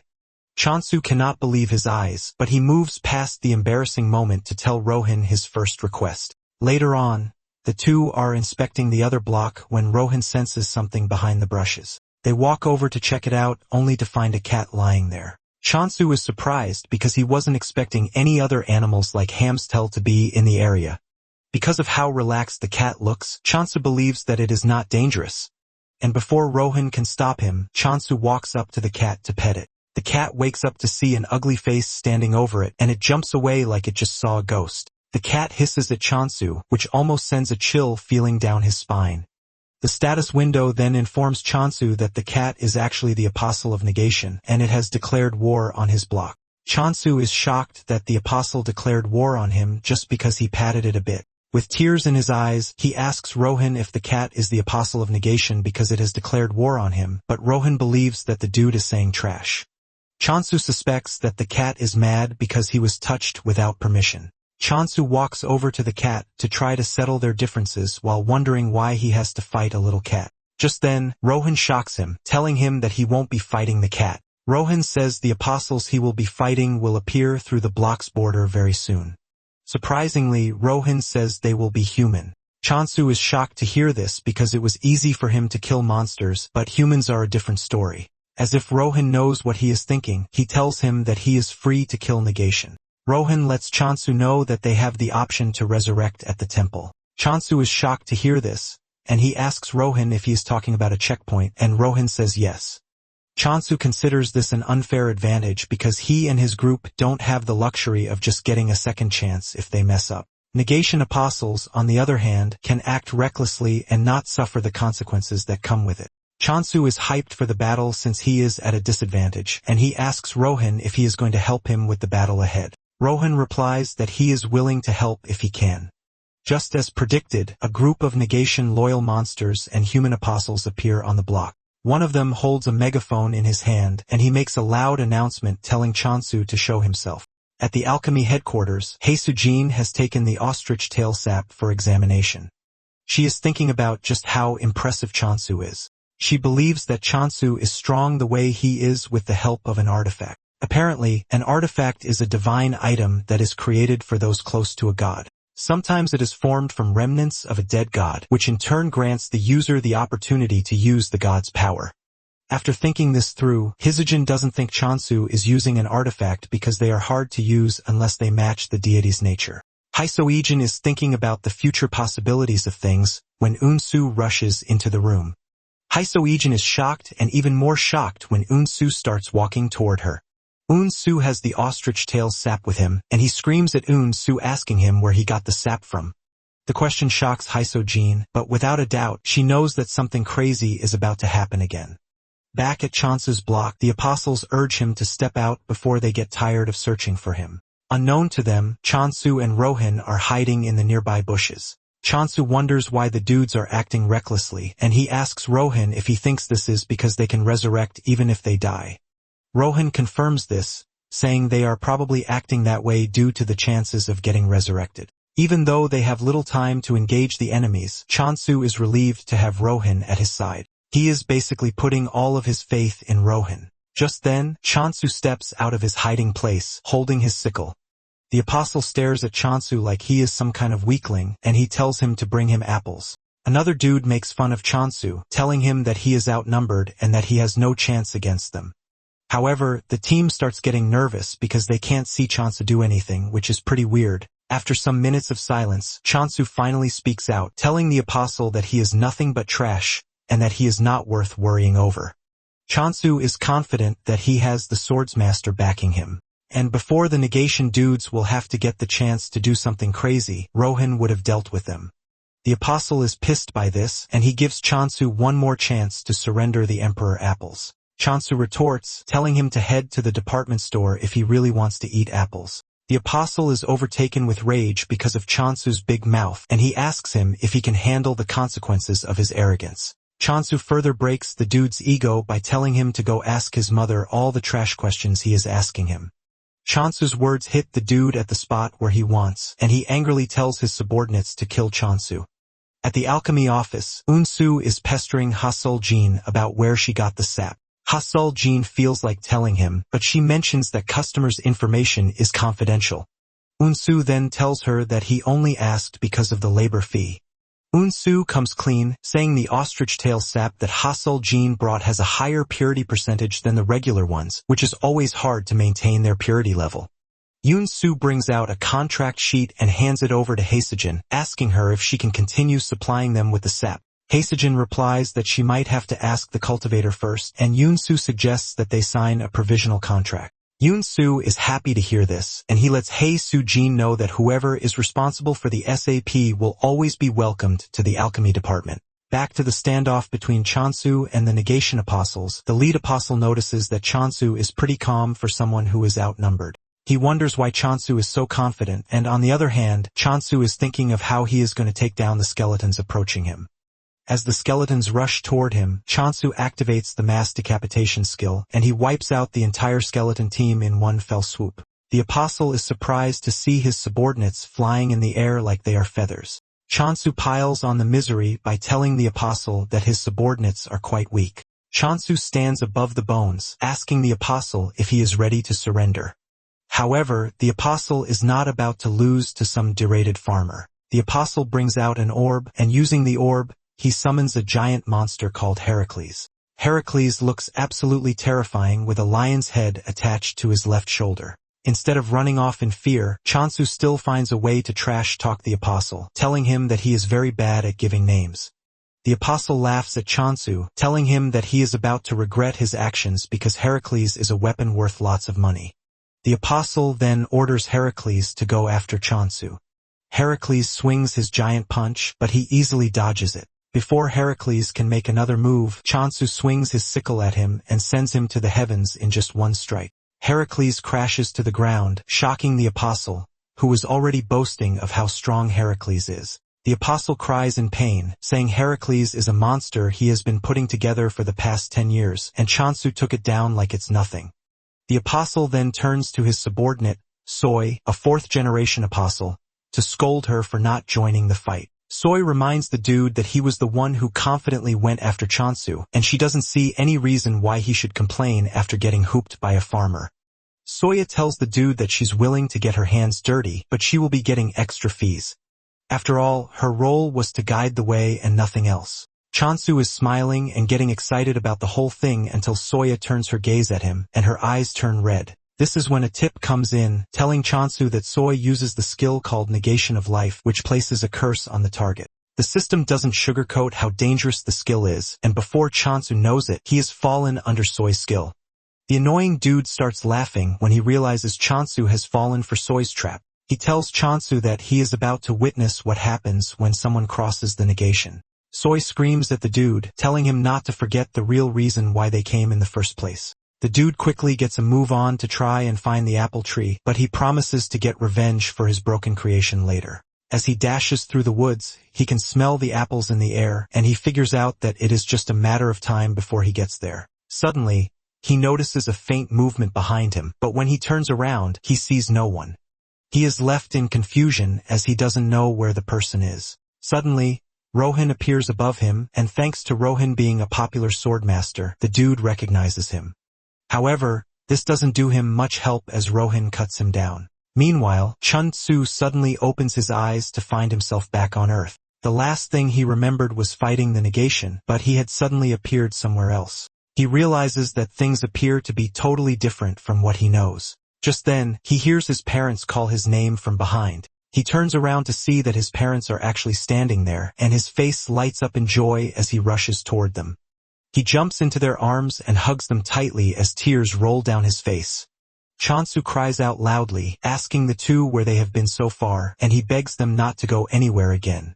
Suddenly, his biggest fear starts to take place in front of him again.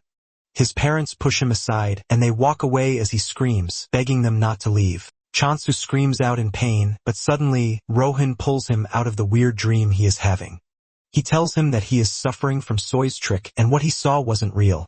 Rohan had hit Soy on the arm while trying to rescue Chonsu, and she couldn't believe that Rohan was in a place like this.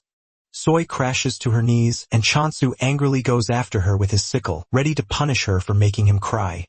However, Rohan gets to Soy before him and he cuts her down. Soy gets buried by the swampy water, and Rohan apologizes for butting in unnecessarily. However, Chonsu is not pissed about this, but he is even thankful. Chonsu then suggests that they go back to base while they come back to clean up the mess. Rohan asks him what his future plan is, and he reveals that his plan is to become the world's strongest force. However, the first thing that they are going to do is to take over every surrounding block. He asks Rohan if he can keep helping with this, and Rohan assures him that he has no reason to deny as long as he pays him with apples. Chonsu then assures Rohan that he is going to pay him with as many apples as he wants. As they walk back to base, they run into the black cat again, and Chonsu asks Rohan about the deal with the cat. Rohan casually tells him that the cat is one of the 7 calamities, a territorial predator. This shocks Chonsu because he thought the cat was a usual friendly cat, and he realizes that he might have gotten himself killed without knowing. On the other hand, the negation soldier has found himself locked up in a cell for losing the battle against Chonsu. The system tells him that a surcharge penalty has been applied due to the extreme difference between his faction and Chonsu's low-level faction. He is required to pay 1 million gold coins as punishment, and this shocks the dude because he doesn't think the power difference is fair. He refuses to pay the money, claiming that there was a sword master supporting Chonsu.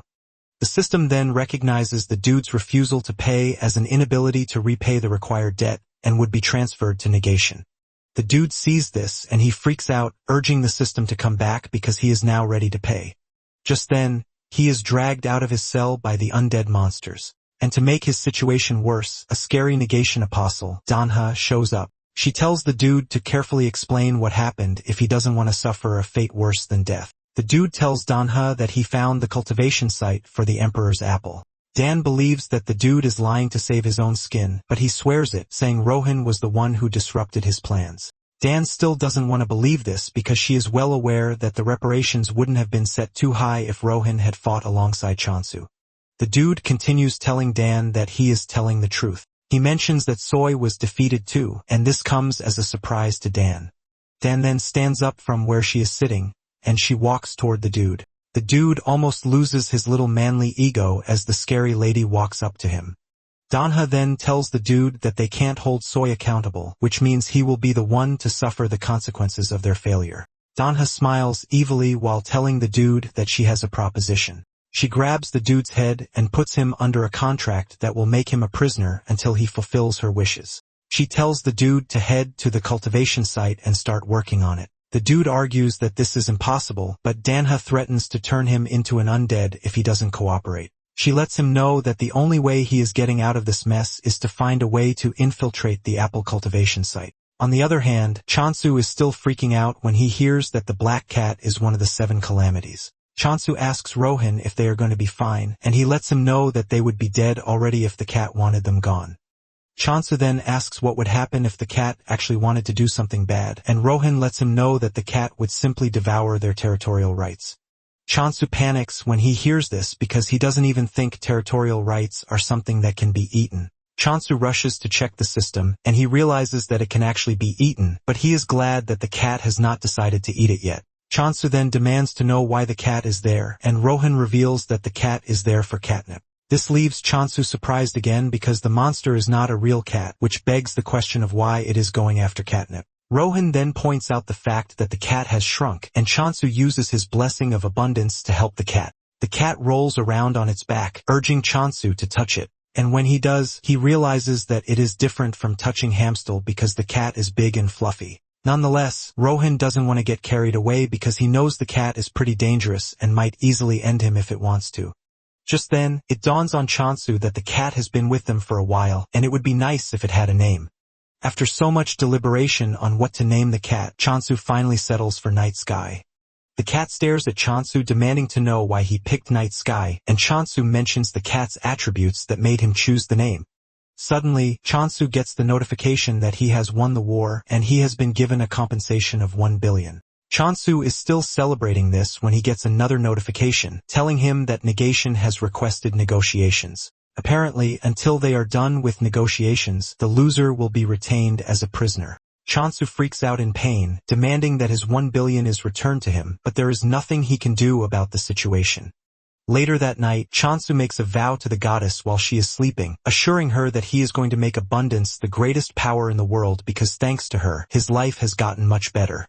He promises the goddess that he is going to help her reclaim her lost glory, and the goddess places her head on his arm with tears rolling out of her eyes when she hears this. Later on, Chansu scolds Rohan that the only thing he has been eating is apples. He lets him know that he is supposed to be eating other foods so as to maintain a balanced diet, but Rohan doesn't really care. Even during all the lectures and whatnot, Rohan assumes that Chansu is just trying to steal his apple. Chansu is forced to leave the matter because he realizes that Rohan is a sword master and he can take care of himself. After he is done with Rohan, he walks over to the goddess and her servants. He chose to speak casually to the goddess because he is still trying to hide her identity from Rohan.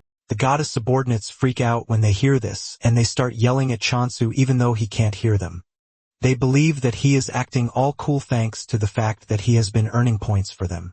While the others are freaking out, the pig is the first to figure out that Chansu is probably doing that to protect the goddess since Rohan doesn't know the goddess's real identity. Just like kids, a brief battle ensues between the pig and the chick, all because of talking to the goddess casually. Shortly afterward, Chansu prepares to leave the temple again, and he assures the goddess that he is not going to stay long. Rohan then tells him that the flow of time in each world is different. In fact, there are differences between Earth and where it is. Because of this, Rohan advises Chansu not to rush too much. Just when he is about to leave, Chansu tells Hamstel that he can come with him because he has gotten a pouch specifically designed to hold him. Hamstel excitedly jumps into the pouch as he joins Chansu on a journey to expand the territory. Thankfully, Chansu has placed a door on the exits for easy access, and with this, he has no need for a travel pass. He steps through the door to find Hazujin already waiting for him. Hazujin freaks out when she realizes that Rohan is still with Chansu, and he lets her know that they have agreed to stay together for the time being. Hisujin holds her head in frustration, saying she was already suspecting, but she didn't know Chansu would go through with it. She then asks him where the cat came from. Chansu lets her know that it was the cat who found its way to him, and he also tells her the cat's name. Hisujin is impressed to hear this, as she talks about how smart the cat is. Deep down, Chansu is pleased that Night Sky is smart enough to know that eating the territorial rights means no more apples, hence no catnip. Hisujin then tells Chansu that smart monsters sell for a whole lot of money on the market, but Chansu lets her know that this might be a problem. Hisujin suggests that he install a dungeon to make things easy for him because monsters naturally gather in dungeons. Chansu thinks about it for a bit and realizes that Hisujin is right and the dungeons might come in handy later. However, Chansu lets Hisujin know that there might be a bit of difficulty because Night Sky came from another block, which he doesn't even know. Hisujin gets more curious, asking if Night Sky is a human who turned into a cat. But Chansu lets her know that Rohan claims that Night Sky is a territory devourer. Hisujin is forced to say this out loud, and Chansu confirms it. Hamstal almost dies out of fear when it hears this. Chansu then adds that Night Sky is actually one of the 7 calamities. Hamstal's spirit immediately leaves his body when it hears this, and Hisujin tries to play it cool. She smiles and then suddenly grabs Chansu before leaping away from the area. With tears in her eyes, she asks Chansu why he has one of the 7 calamities in his territory. Apparently, there are reports that the calamities can devour not just territorial rights, but entire blocks. She demands to know why Night Sky would come, and Chansu says there is a possibility that it came because of catnip. Hisujin doesn't want to believe that Night Sky settled for only catnip when it is not even a real cat. Chansu confesses that he doesn't know either, but he gave some really dumb explanation about why Night Sky might prefer to have the catnip rather than destroy the territory. Hisujin agrees with him, but lets him know that they can't say for sure since it is all guesswork. Chansu also knows this, but he believes that he has no choice since he is the chosen one. Hisujin then asks him if everything is going to be fine because she would hate to come around one day only to find everything in chaos. Chansu believes that Night Sky might actually protect the block since cats are territorial creatures. Suddenly, Chansu sees Night Sky trying to eat Hamstal, and he rushes over to stop it. Chansu grabs Hamstal away, telling Night Sky that it is not food. Night Sky just gives Chansu the side eye, and Chansu asks Rohan why he didn't do anything when he was there. Rohan claims that he was going to stop it if something had happened, but Chansu points out that Hamstal almost got eaten. Hisujin then suggests that they handle everything carefully before the two get used to each other. Hisujin then reveals that there is something Chansu needs to know. Apparently, there is a scammer who is claiming ownership of the Emperor's apple. Chansu doesn't really take this seriously, and Hisujin lets him know that the dude is claiming that he is the Apostle of Abundance, which means he has a right to the apple. Chansu is shocked when he hears this, and Hisujin adds that the dude brought an apple to prove he's an apostle, but it turned out to be a knockoff. In fact, he brought a fake contract, but everything has been cleared out. Just then, Hisujin notices that Chansu is acting weird, and she asks him what the problem is. Chansu is pissed to find out that there is another apostle aside from him, and he hasn't shown up from the start. To make it worse, he is now claiming ownership, calling himself the Apostle of Abundance. With a stern voice, Chansu tells Hisujin that they need to find the dude. Hisujin is surprised as to why he wants to find him, and Chansu lets Hisujin know that he is actually the Apostle of Abundance. Hisujin freaks out when she hears this since she wasn't expecting it. Chansu tells Hisujin to put a bounty on the dude, and in fact, he is ready to pay extra for the artifact. Apparently, if the dude is captured alive, Chansu is willing to pay 100 apples as a reward. Even Rohan gets tickled when he hears the reward that is being offered. Meanwhile, somewhere in Negation's back alley, there is a dude in a hoodie thinking about how he wants to convince Rohan and Chansu.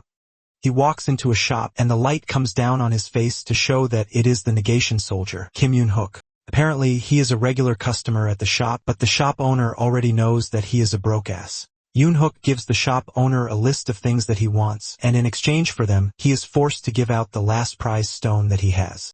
Yoon-hook then tells the man to give him a good price because this might be the last time they are going to see each other. Realizing that Yoon-hook is totally broke, the shop owner tells him about the bounty that has been placed on the scammer. The moment Yoon-hook hears this, he dashes out of the shop, thanking the shop owner for giving him an opportunity. Apparently, Yoon-hook has finally found the proposal gift he has been looking for to try to convince Chansu. Not long after this, Yoon-hook shows up at Chansu's place. He is accompanied by 2 of his friends who also want to serve under Chansu. To properly convince Chonsu, he lets him know that he has caught the scammer. Chonsu is shocked when he realizes that Yoonhook had already caught the scammer given the movement restrictions and all. He is not entirely surprised because the reward was too good to be ignored. Staring at the scammer, Park Hyunmo, Chonsu could actually sense the aura of abundance from his body. Since he doesn't look all that much, Chonsu wonders how Park was able to deceive people to scam them. Park starts grumbling, telling Chonsu to untie him because he is currently practicing insubordination. Chonsu angrily whips out his sickle, telling the dude that he sure knows how to piss people off. Park then makes fun of Chonsu, telling him that he is only acting tough because he can't possibly kill him. Chonsu walks up to him, places the sickle on his throat, and reminds him that they are both apostles of abundance, which means he knows exactly where to cut to finish him off. However, before anything else, he demands to know where the artifact is. Park scolds Chonsu, saying he is trying to rob his senior. Chonsu simply makes fun of him, telling him that he has been yapping all day long, which is not a good sign of a senior. Yoonhook ignores the dude and excitedly whips out the artifact, which is a crown made from flowers. Chonsu checks out the artifact, and when he realizes that there is no aura coming from it, he confirms that Park is truly his senior. This only makes Chonsu angrier because it is exactly because of him that the goddess turned out the way she is. Chonsu then walks up to Park, calling him a traitor and letting him know that he has no right to even talk about the Emperor Apple. Park argues that he deserves the rights that come with the Emperor's apples because he is an apostle. Chonsu then reminds the dude that he didn't contribute anything, which brings him to the question of what right he has to ask for anything. Park makes the whole thing worse by asking Chonsu what he has done too. Park tells Chonsu that he is only walking on the foundation he has already laid. He claims that the apples, monsters, and even the temple have all been him from the beginning. Chonsu is pissed when he hears this, but he tries to keep a calm profile because thinking about it, it doesn't appear that Park was working alone. Chonsu then asks Park who the hell is backing him. Chonsu mentions that it is his job to protect and care for his god, but he abandoned her. To do this, Chonsu believes that the dude has something he relied on. Park replies that there is nothing like that because he was only trying to survive and he ended up driven into a trash place. Chonsu then raises his sword to decapitate him since he doesn't have anything good to say. Realizing that Chonsu might actually go through with it, Park screams out in pain, talking about how he didn't have a choice. He claims that he was just a normal human who had never swung a sickle before in his life. Cheon-soo is tired of hearing his BS and he tells him to just go ahead and tell him who is backing him.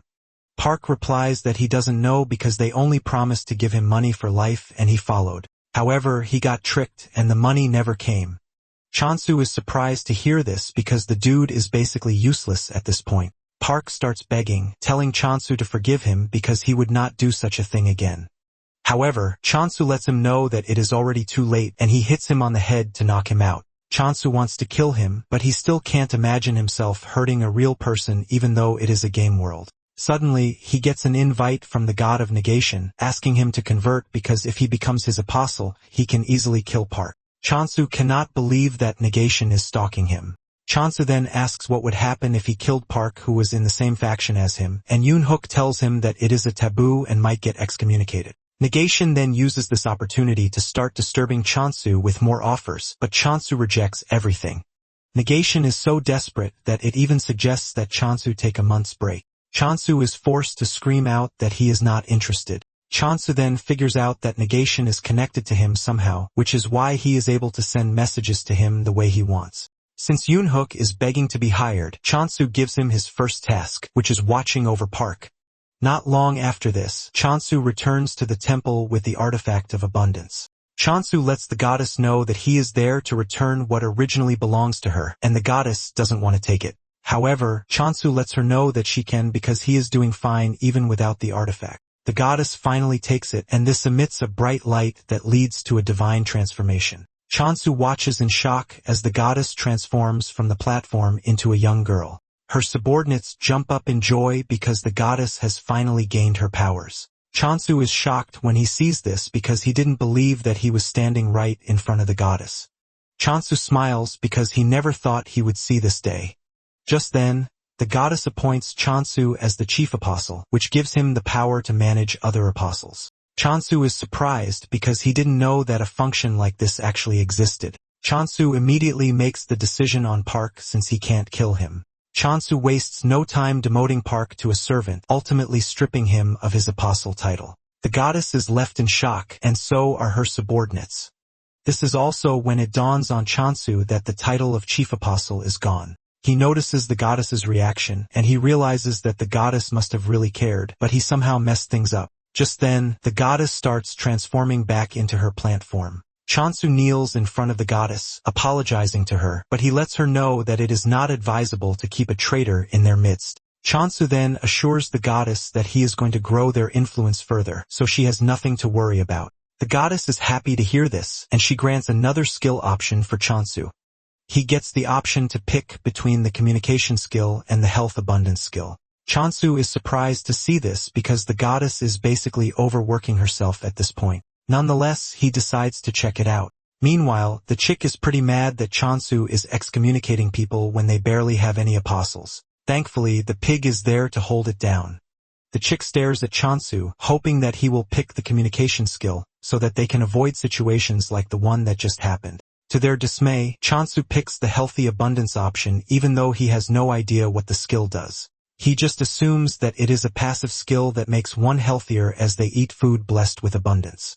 The goddess and her subordinates break down in tears because they believe it is finally the end since Chansu doesn't look like someone who is ready to select the communication skill. They are still troubled about this when the goddess finally transforms back into her plant form. Seeing this, Chansu has no choice but to hope that the healthy abundance helps in a lot of ways. Later on, those who have been scammed by Park all receive a free Emperor apple from Chansu through the circulation company. They are all informed to be wary of next time because the Emperor apple only comes via the circulation company. One mother cuts out a slice and hands it to her son. Upon tasting the apple, the son freaks out because of how delicious it is, and he ends up using the F word.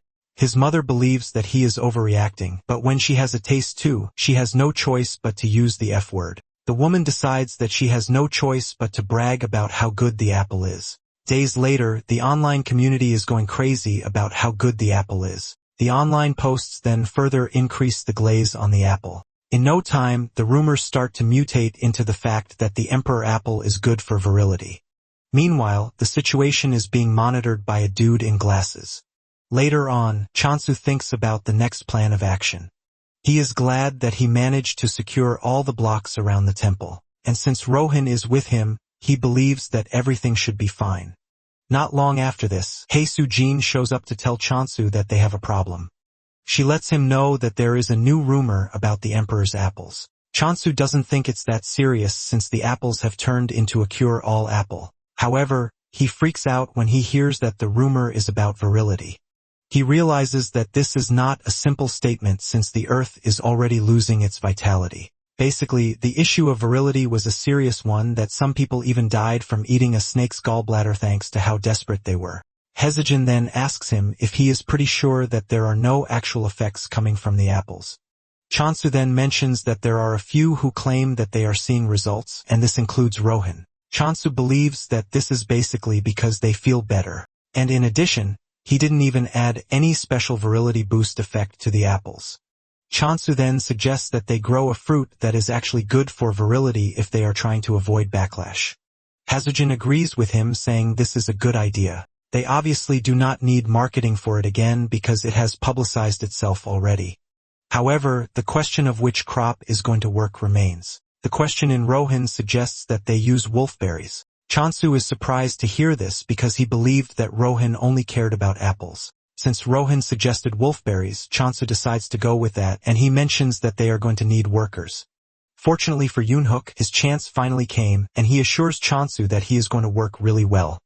Chansu is surprised to see how eager the dude is to work, and Chansu lets him know that he is not obligated to decide so quickly.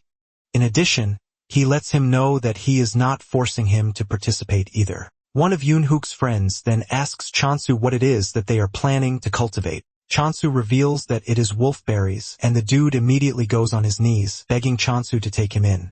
Chansu cannot believe how desperate they are to work because everybody connected to Yoonhook is ready to join in.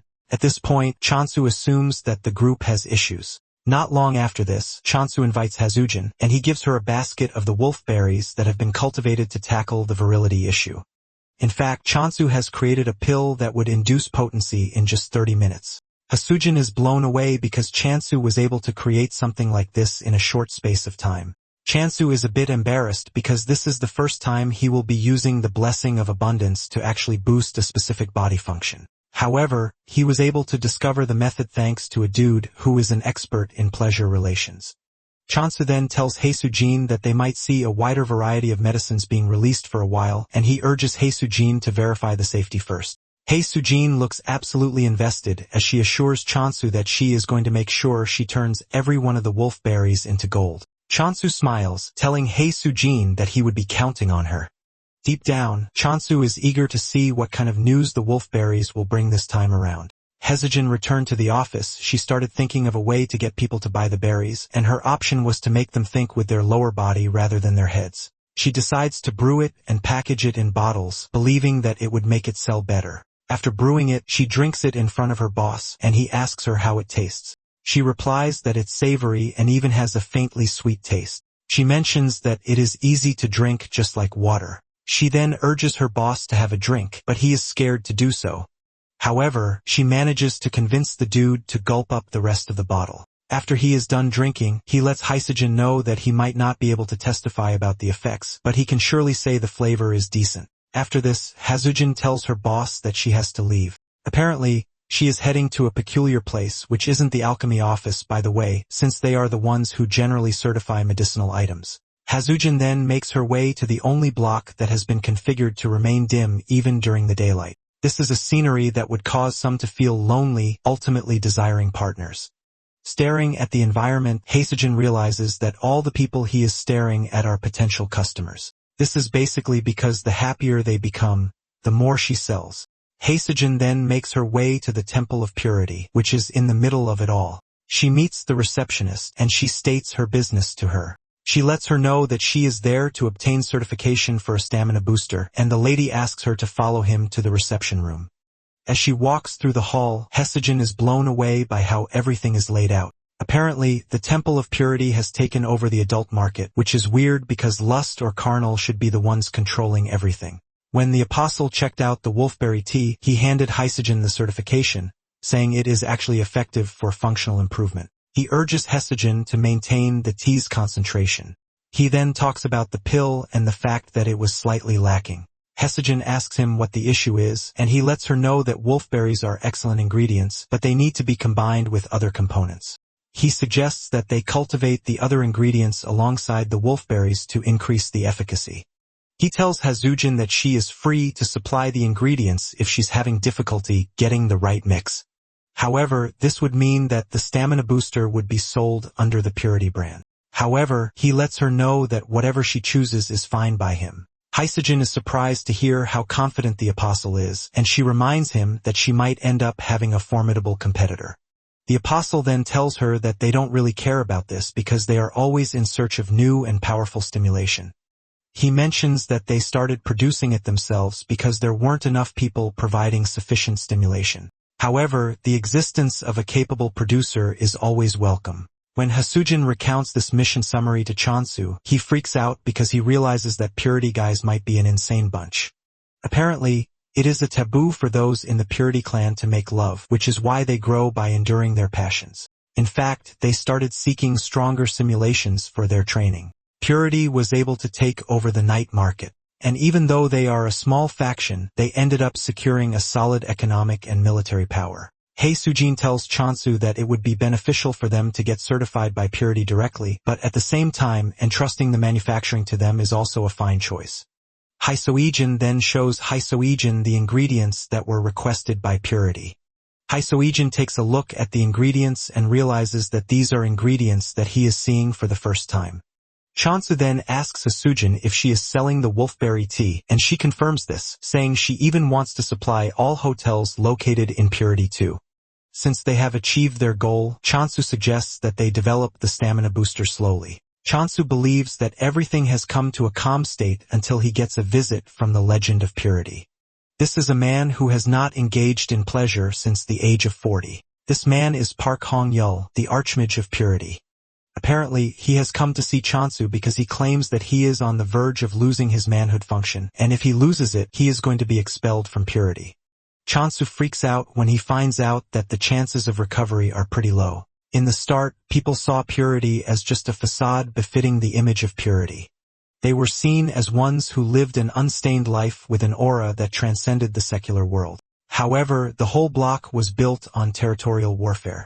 And given the fact that purity has a weak faction, its future was obvious. To protect its power, purity realized that it needed power. This was when Park realized that chastity is not the same as purity. He figures out that as long as self-control is maintained, anything is fine. With this realization, Park alone was able to produce half of the total points generated by purity in just 1 year.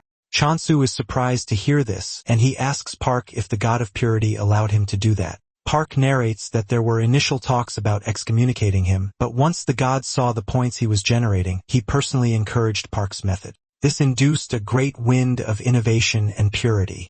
Deep down, Chansu believes that this is all an addiction because both sides are corrupted at this point. Apparently, the greater the temptation one endures, the faster their spirit grows. In no time, the skill grew so much that even before impulses arose, the temptation had disappeared. Since the duty of purity is to suppress pleasure impulses and maintain integrity, Park knows he is going to lose his qualifications if the root itself disappears. Because of this, Park holds Chansu's hand, begging him to help him out because there seems to be hope in the wolf berries.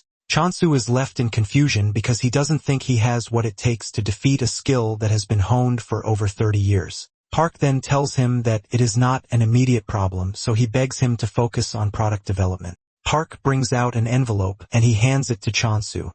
He lets him know that he is ready to support his research with everything. Chansu opens the envelope and almost passes out in shock because of the high amount of money that Park is willing to give him as a reward if he succeeds. Because of how high the reward is, Chansu has no choice but to accept the task. Meanwhile, one of the first generations of the Purity Apostles calls a meeting with his colleagues. Apparently, they want to start building plans on how to maintain purity itself. It has come to their attention that abundance has created a stamina booster. They have also verified its effectiveness. And judging from consumer reactions, they believe that stronger versions wouldn't be impossible. Apparently, the food division of alchemy is furious because of the berry tea. This is because some are already choosing the tea over what alchemy has been selling. The apostles are surprised that the grand alchemist, Un-Su, brushed this matter aside. One of them then mentions that Un-Su's friend, Rohan, has taken the apostle of abundance under his wings. They start thinking of the next thing, and one suggests that they approach Chansu with a good offer. Another mentions that they actually know his block's location, but going directly will definitely not work. He points out that Park, who is now with Chansu, would just detect them and chase them out. One of them immediately comes up with a suggestion.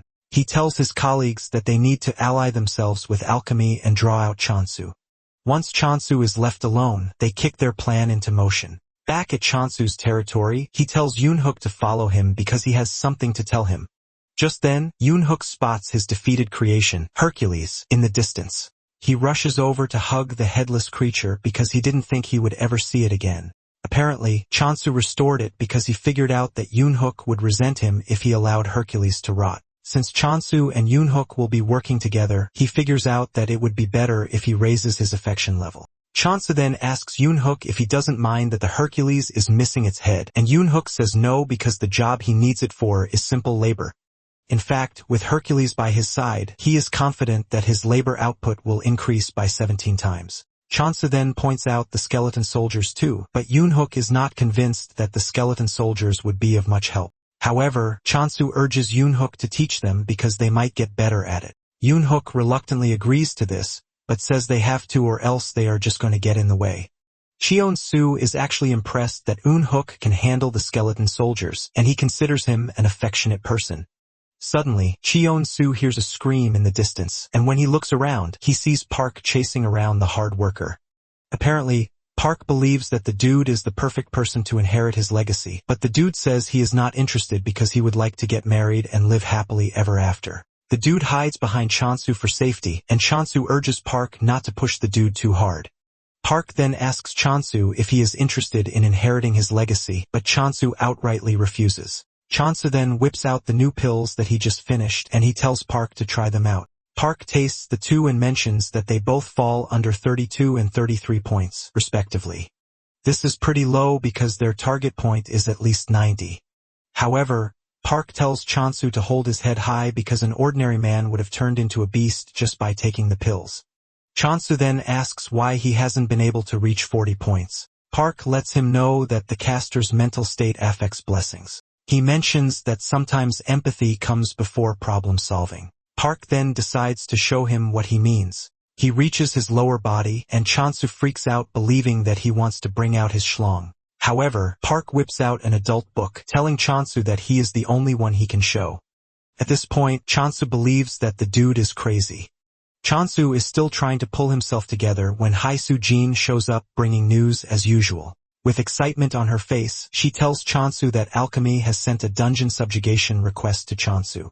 Chansu hears this and immediately pictures a dragon in his head, causing him to freak out because he doesn't know why they would request this from a farmer.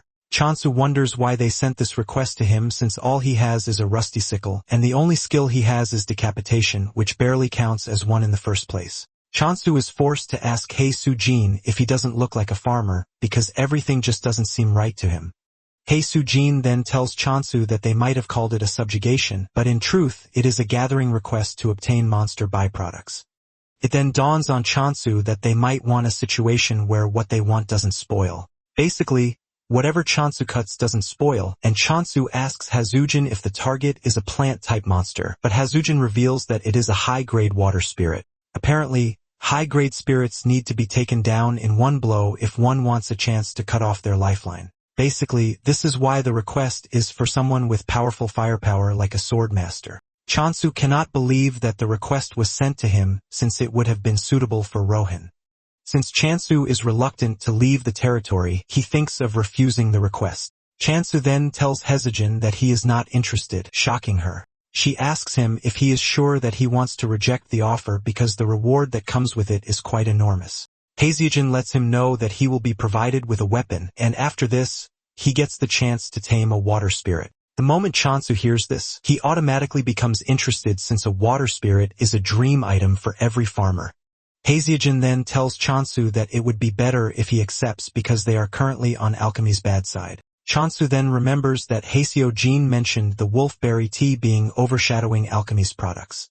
Haseojin confirms this, saying the request is just an excuse to clear up a misunderstanding. Haseojin then asks Chansu if there is any other reason why he is hesitating, and he reveals that he doesn't want to leave his block defenseless. Haseojin understands his plight and she suggests that Chansu finish up the temple first. Haseojin mentions that they also received construction materials through alchemy. In addition, it appears that temples have a protective function. Chansu is surprised to hear this, and Haseojin lets him know that the temple is not treated as a strategic resource for nothing. Some days later, Chansu completes the temple, and the goddess reflects on the events that have happened in the past days. She believes that Chansu is finally making the decision to focus on internal affairs. She also wishes that Chansu would just obtain the communication skills to make everything perfect. Suddenly, the skill, the last bastion, activates in the temple, shocking the goddess and her subordinates because this is a wartime defense skill. It turns out that Chansu is testing out the temple's defenses by asking Rohan to strike it. Fortunately, the defense happens to be solid because it even blocked Rohan's strikes. Once this is settled, Chansu tells Hai Soo-jin that he can finally leave. However, he forgets to tell the goddess, but he believes that nothing would happen since he is not staying long. Moments later, they arrive at the alchemy headquarters, and the journey was quite fast thanks to the fact that they installed gates on their paths. Once Hai Soo-jin drops Chansu and Rohan off at the headquarters, she leaves. Chansu meets the receptionist who tells him that they have been waiting for him. She hands Chansu a box containing the weapon they promised him, and she lets him know that he is free to exchange it for another if he doesn't like it. Chansu ends up handing over the box to Rohan for safekeeping in exchange for 2 apples. The lady then tells Chansu that he would have to cast a blessing on the potion used to tame the water spirit. She lets him know that she also can use their own blessing because his own blessing of abundance might fail. She asks Chansu what option he is going to choose, and since there is no record of what would happen if he uses his blessing, Chansu decides to use his own blessing. The lady then tells Chansu to follow her to the dungeon, so he can hear the rest of the explanation as they go. Moments later, they arrive at the dungeon, and the lady lets Chansu know that everything has been set up already. Apparently, they are in a hunting ground for ordinary water spirits, and if he lights incense, they are going to come running to him, giving him the chance to hunt as many as he likes. However, he is required to defeat the boss, but the byproducts will belong to alchemy. Since the boss is in a separate location, the lady tells Chansu to let her know when he is ready. For the first thing, she tells him to cast his blessing on the taming potion. Chansu then casts his blessing on the potion, leaving a bright light as he pours in his blessing. Since he can cast as many as he wants, Chansu continues casting his blessing into the potion, and before he knows it, he has achieved 500,000 points, ultimately turning the blue potion into green. The lady confesses that this is the first time she has seen such a reaction. Curious, she rushes over to bring a water spirit. She throws the water spirit at Chansu, telling him to throw the potion at the water spirit. The potion hits the spirit midway, and the water spirit starts to absorb it. This leaves them wondering if it actually happened. Suddenly, the water spirit starts to puke, leaving Chansu to believe that his compatibility rate is bad. Chansu is thinking of what to do when a horde of water spirits rushes into the room, shocking the alchemy lady because they have not even released the bait yet. The lady immediately whips out her book to take notes because this is the first time something like this has happened. Suddenly, the first water spirit starts consuming its colleagues, further contributing to the list of things that the lady has not seen before. She asks Chansu if he took some weird medicine, but Chansu promises that he didn't. The lady then mentions that the spirit might be suffering from an overdose because it appears that the abundance blessing is acting as a lure. In no time, the first spirit absorbs the others, and suddenly the boss appears in the room, which is weird because lures are not supposed to work on bosses. Chansu immediately gets on the defensive because he has come face to face with the target of the quest, a high-grade spirit. He is still trying to figure out what to do when the other spirit starts absorbing the boss spirit, causing it to get even bigger. The lady crashes to her knees because she can't believe that the boss just got eaten right in her presence.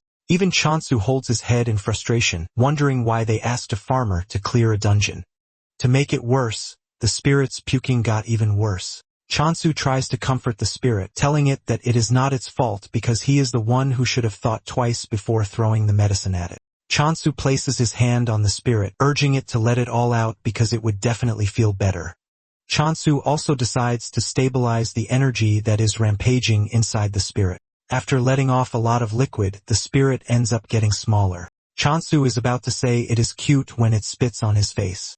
Just then, the water spirit transforms into an orb and sits gently on Chansu's hand. The lady alchemist then congratulates Chansu, telling him that he has successfully tamed a water spirit. However, she lets him know that she breached the contract by not securing the high-grade water spirit. Just then, she lets him know the two things he has to say if anyone tries to pin this logic on him. The first thing he's going to say is that the medicine provided by alchemy caused the whole mess, and secondly, he will be handing over the rights to the water that came out of the spirit. Chansu is surprised that they are interested in the vomit, but he really doesn't mind. The lady lets Chansu know that the spirit will wake up once it regains its spirit. However, she warns him that it might look different than usual, but she urges him not to be scared or shocked.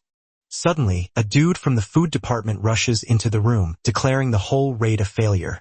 Since Chansu is said to have failed, he mentions that Chansu would have to pay a penalty fee. Chansu immediately follows the lady's advice, and he mentions that the medicine provided by alchemy was what caused the mess.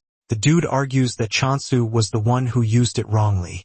He declares that they are going to be confiscating the water spirit and the weapon provided. Just then, Rohan throws his sword at the guy, but misses by an inch, thanks to Unsu showing up to drag him out of harm's way.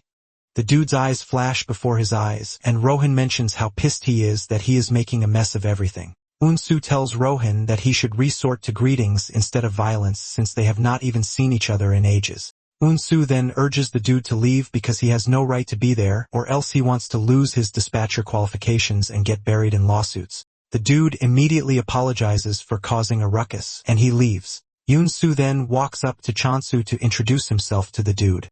He apologizes that things got heated up on their first meeting, and he suggests that they wrap up business first. Unsu tells Chansu that the raid might have failed, but thanks to that, they have a chance at the potent spirit water. He is pretty sure that alchemy is going to go crazy when they learn about a water that lures a boss. Since Chansu is not going to need it, he suggests that Chansu sell it to them.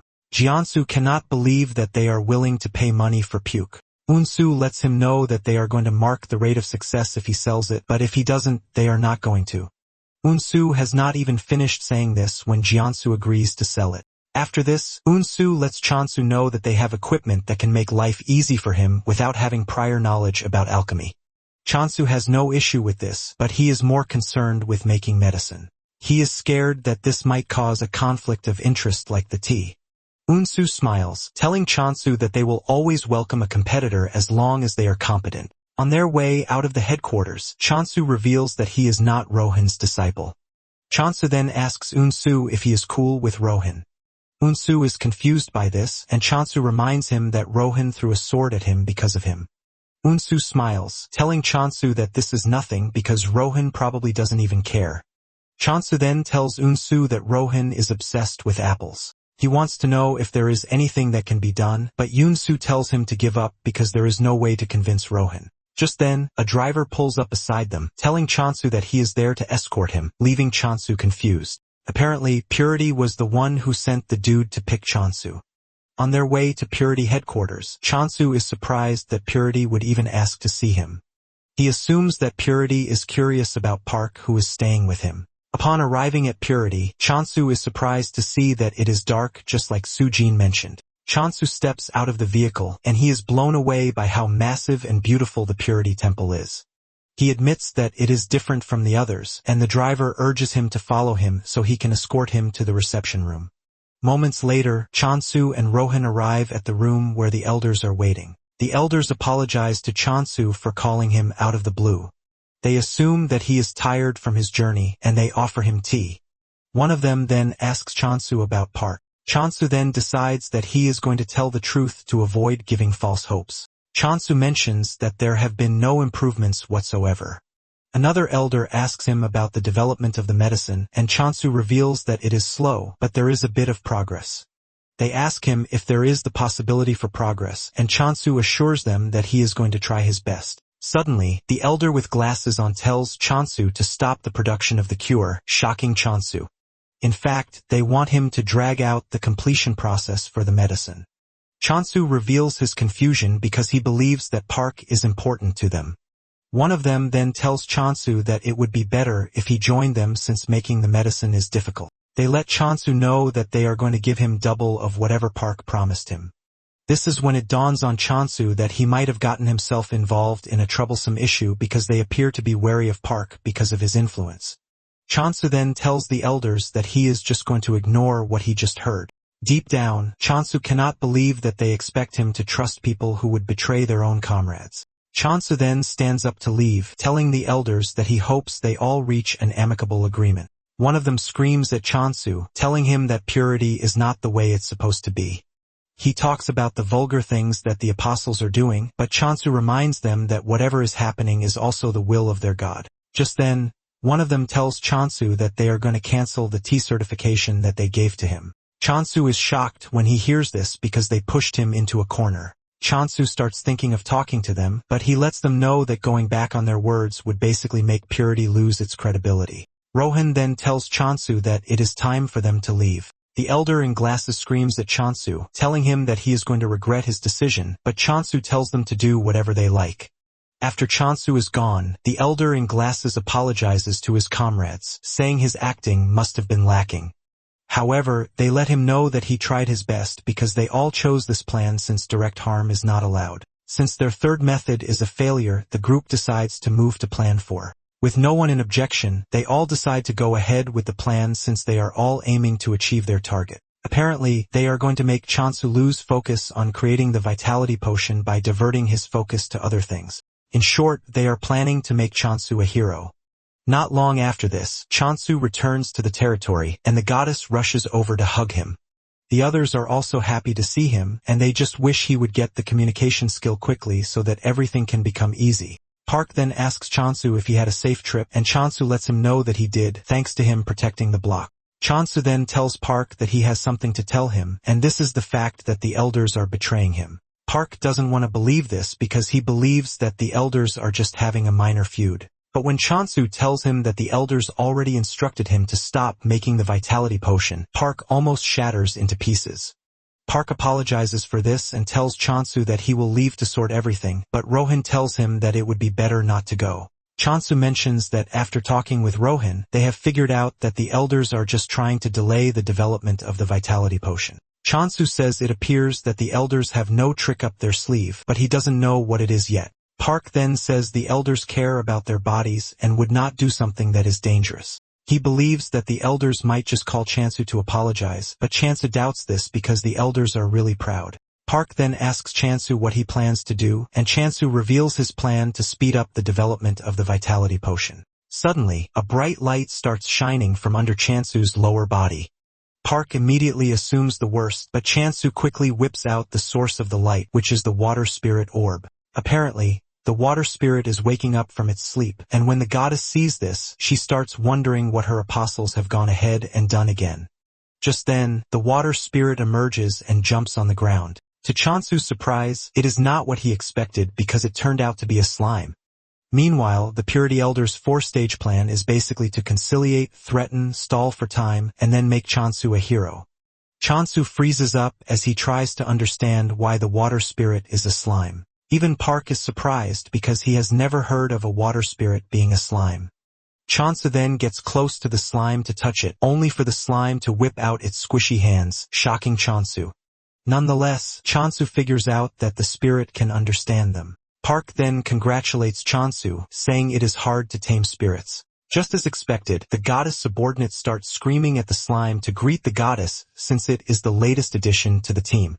Chansu then introduces the slime to the rest of the team, and it dawns on him that the slime doesn't have a name yet. As usual, Rohan comes up with one of his weird suggestions. He tells Chansu that they should name the slime Wadette, but Chansu immediately rejects the idea, and he decides to name the slime Spring. Park is pleased with the name, and he asks Chansu if it has any meaning. Chansu reveals that he took the name from the spring season, when plants grow fresh and lively. After he is done naming the slime, he suggests that they see what the slime can do. Just then, he notices that everyone on the team is hungry, and he decides to make food first. He tells Park to stay around because it is dinner time already, assuring him that he is going to prepare something delicious. In no time, Chansu gets down to preparations, and Park asks him what he is planning to make. Chansu replies that Park will find out very soon. When Chansu needs help with the apple, he throws it to Rohan, who slices it into tiny bits with his sword. Park cannot believe what he just witnessed because he never thought a sword could be used this way. Not long after this, Chansu finishes preparing the food. He made potato noodle pasta, potato pancakes, candy, braised, and a special apple pie for Rohan only. Park takes a bite of his dish and declares that it is very delicious. Park declares that he regrets not eating with Chansu all this time. Chansu lets him know that there is still plenty, so he urges Park to take his time. In fact, Chansu wishes Rohan could eat what they are eating too, but he is busy with his apple pie. Chansu then tries to feed Spring with his blessing, but Spring wants food, not blessings. Chansu then throws him an apple first, and Spring absorbs the apple in no time. Spring enjoys the apple so much that it starts blushing. Chansu lets Spring know that there is a lot, so he can always eat as much as he wants. Not long after this, Chansu visits the other block, and Yoonhook runs over to tell Chansu that they just created a path, so that he can easily cross over to the other block. Because of this, their efficiency has also increased. In fact, Hercules is working really hard, and everybody on the farm is trying their best. Chansu cannot believe how enthusiastic the bunch are even though they are prisoners. Yoonhook notices the slime, and Chansu introduces it to Yoonhook. Yoonhook and the others are shocked that Chansu has managed to tame a water spirit. Chansu commends Yoonhook's work so far and suggests that they take a break, so that they can see Spring's abilities. Chansu then tells Spring to show them its abilities. Spring then uses its power to create the nearby lake, shooting up a large quantity of water. Chansu is impressed by this, but the water ends up splashing in Night Sky's direction. Pissed off by this, Night Sky leaps towards Spring, but Chansu grabs it to pet it. He lets Spring know that Night Sky is gentle, but at the same time it might be scary when angry. Chansu manages to defuse the situation, and he tells the workers to return to work. After everything has settled down, Chansu continues playing with Spring, and he tells it to make some drinking water. Spring excitedly does this, and they are still having fun when Chansu notices that the system window is glitching. The occupancy rights are glitching, leaving him confused, and suddenly, Night Sky leaps onto his body. Before Chansu knows it, Night Sky bites him, ultimately stripping him of the rights to certain territories. Chansu grabs Night Sky when he sees this as he tries to understand why it did what it did. He remembers making life easy and convenient for the cat by providing everything it wants, only for it to repay him with something like this. While Chansu is busy crying about the rights that he lost, he notices that the cat is smiling.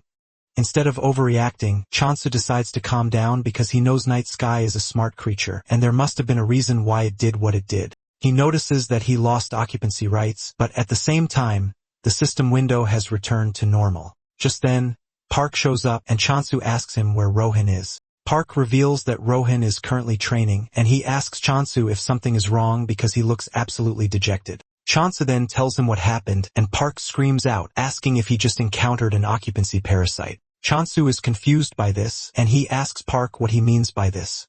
He asks Chansu if he has been doing a closed-door training somewhere because he expects him to know everything.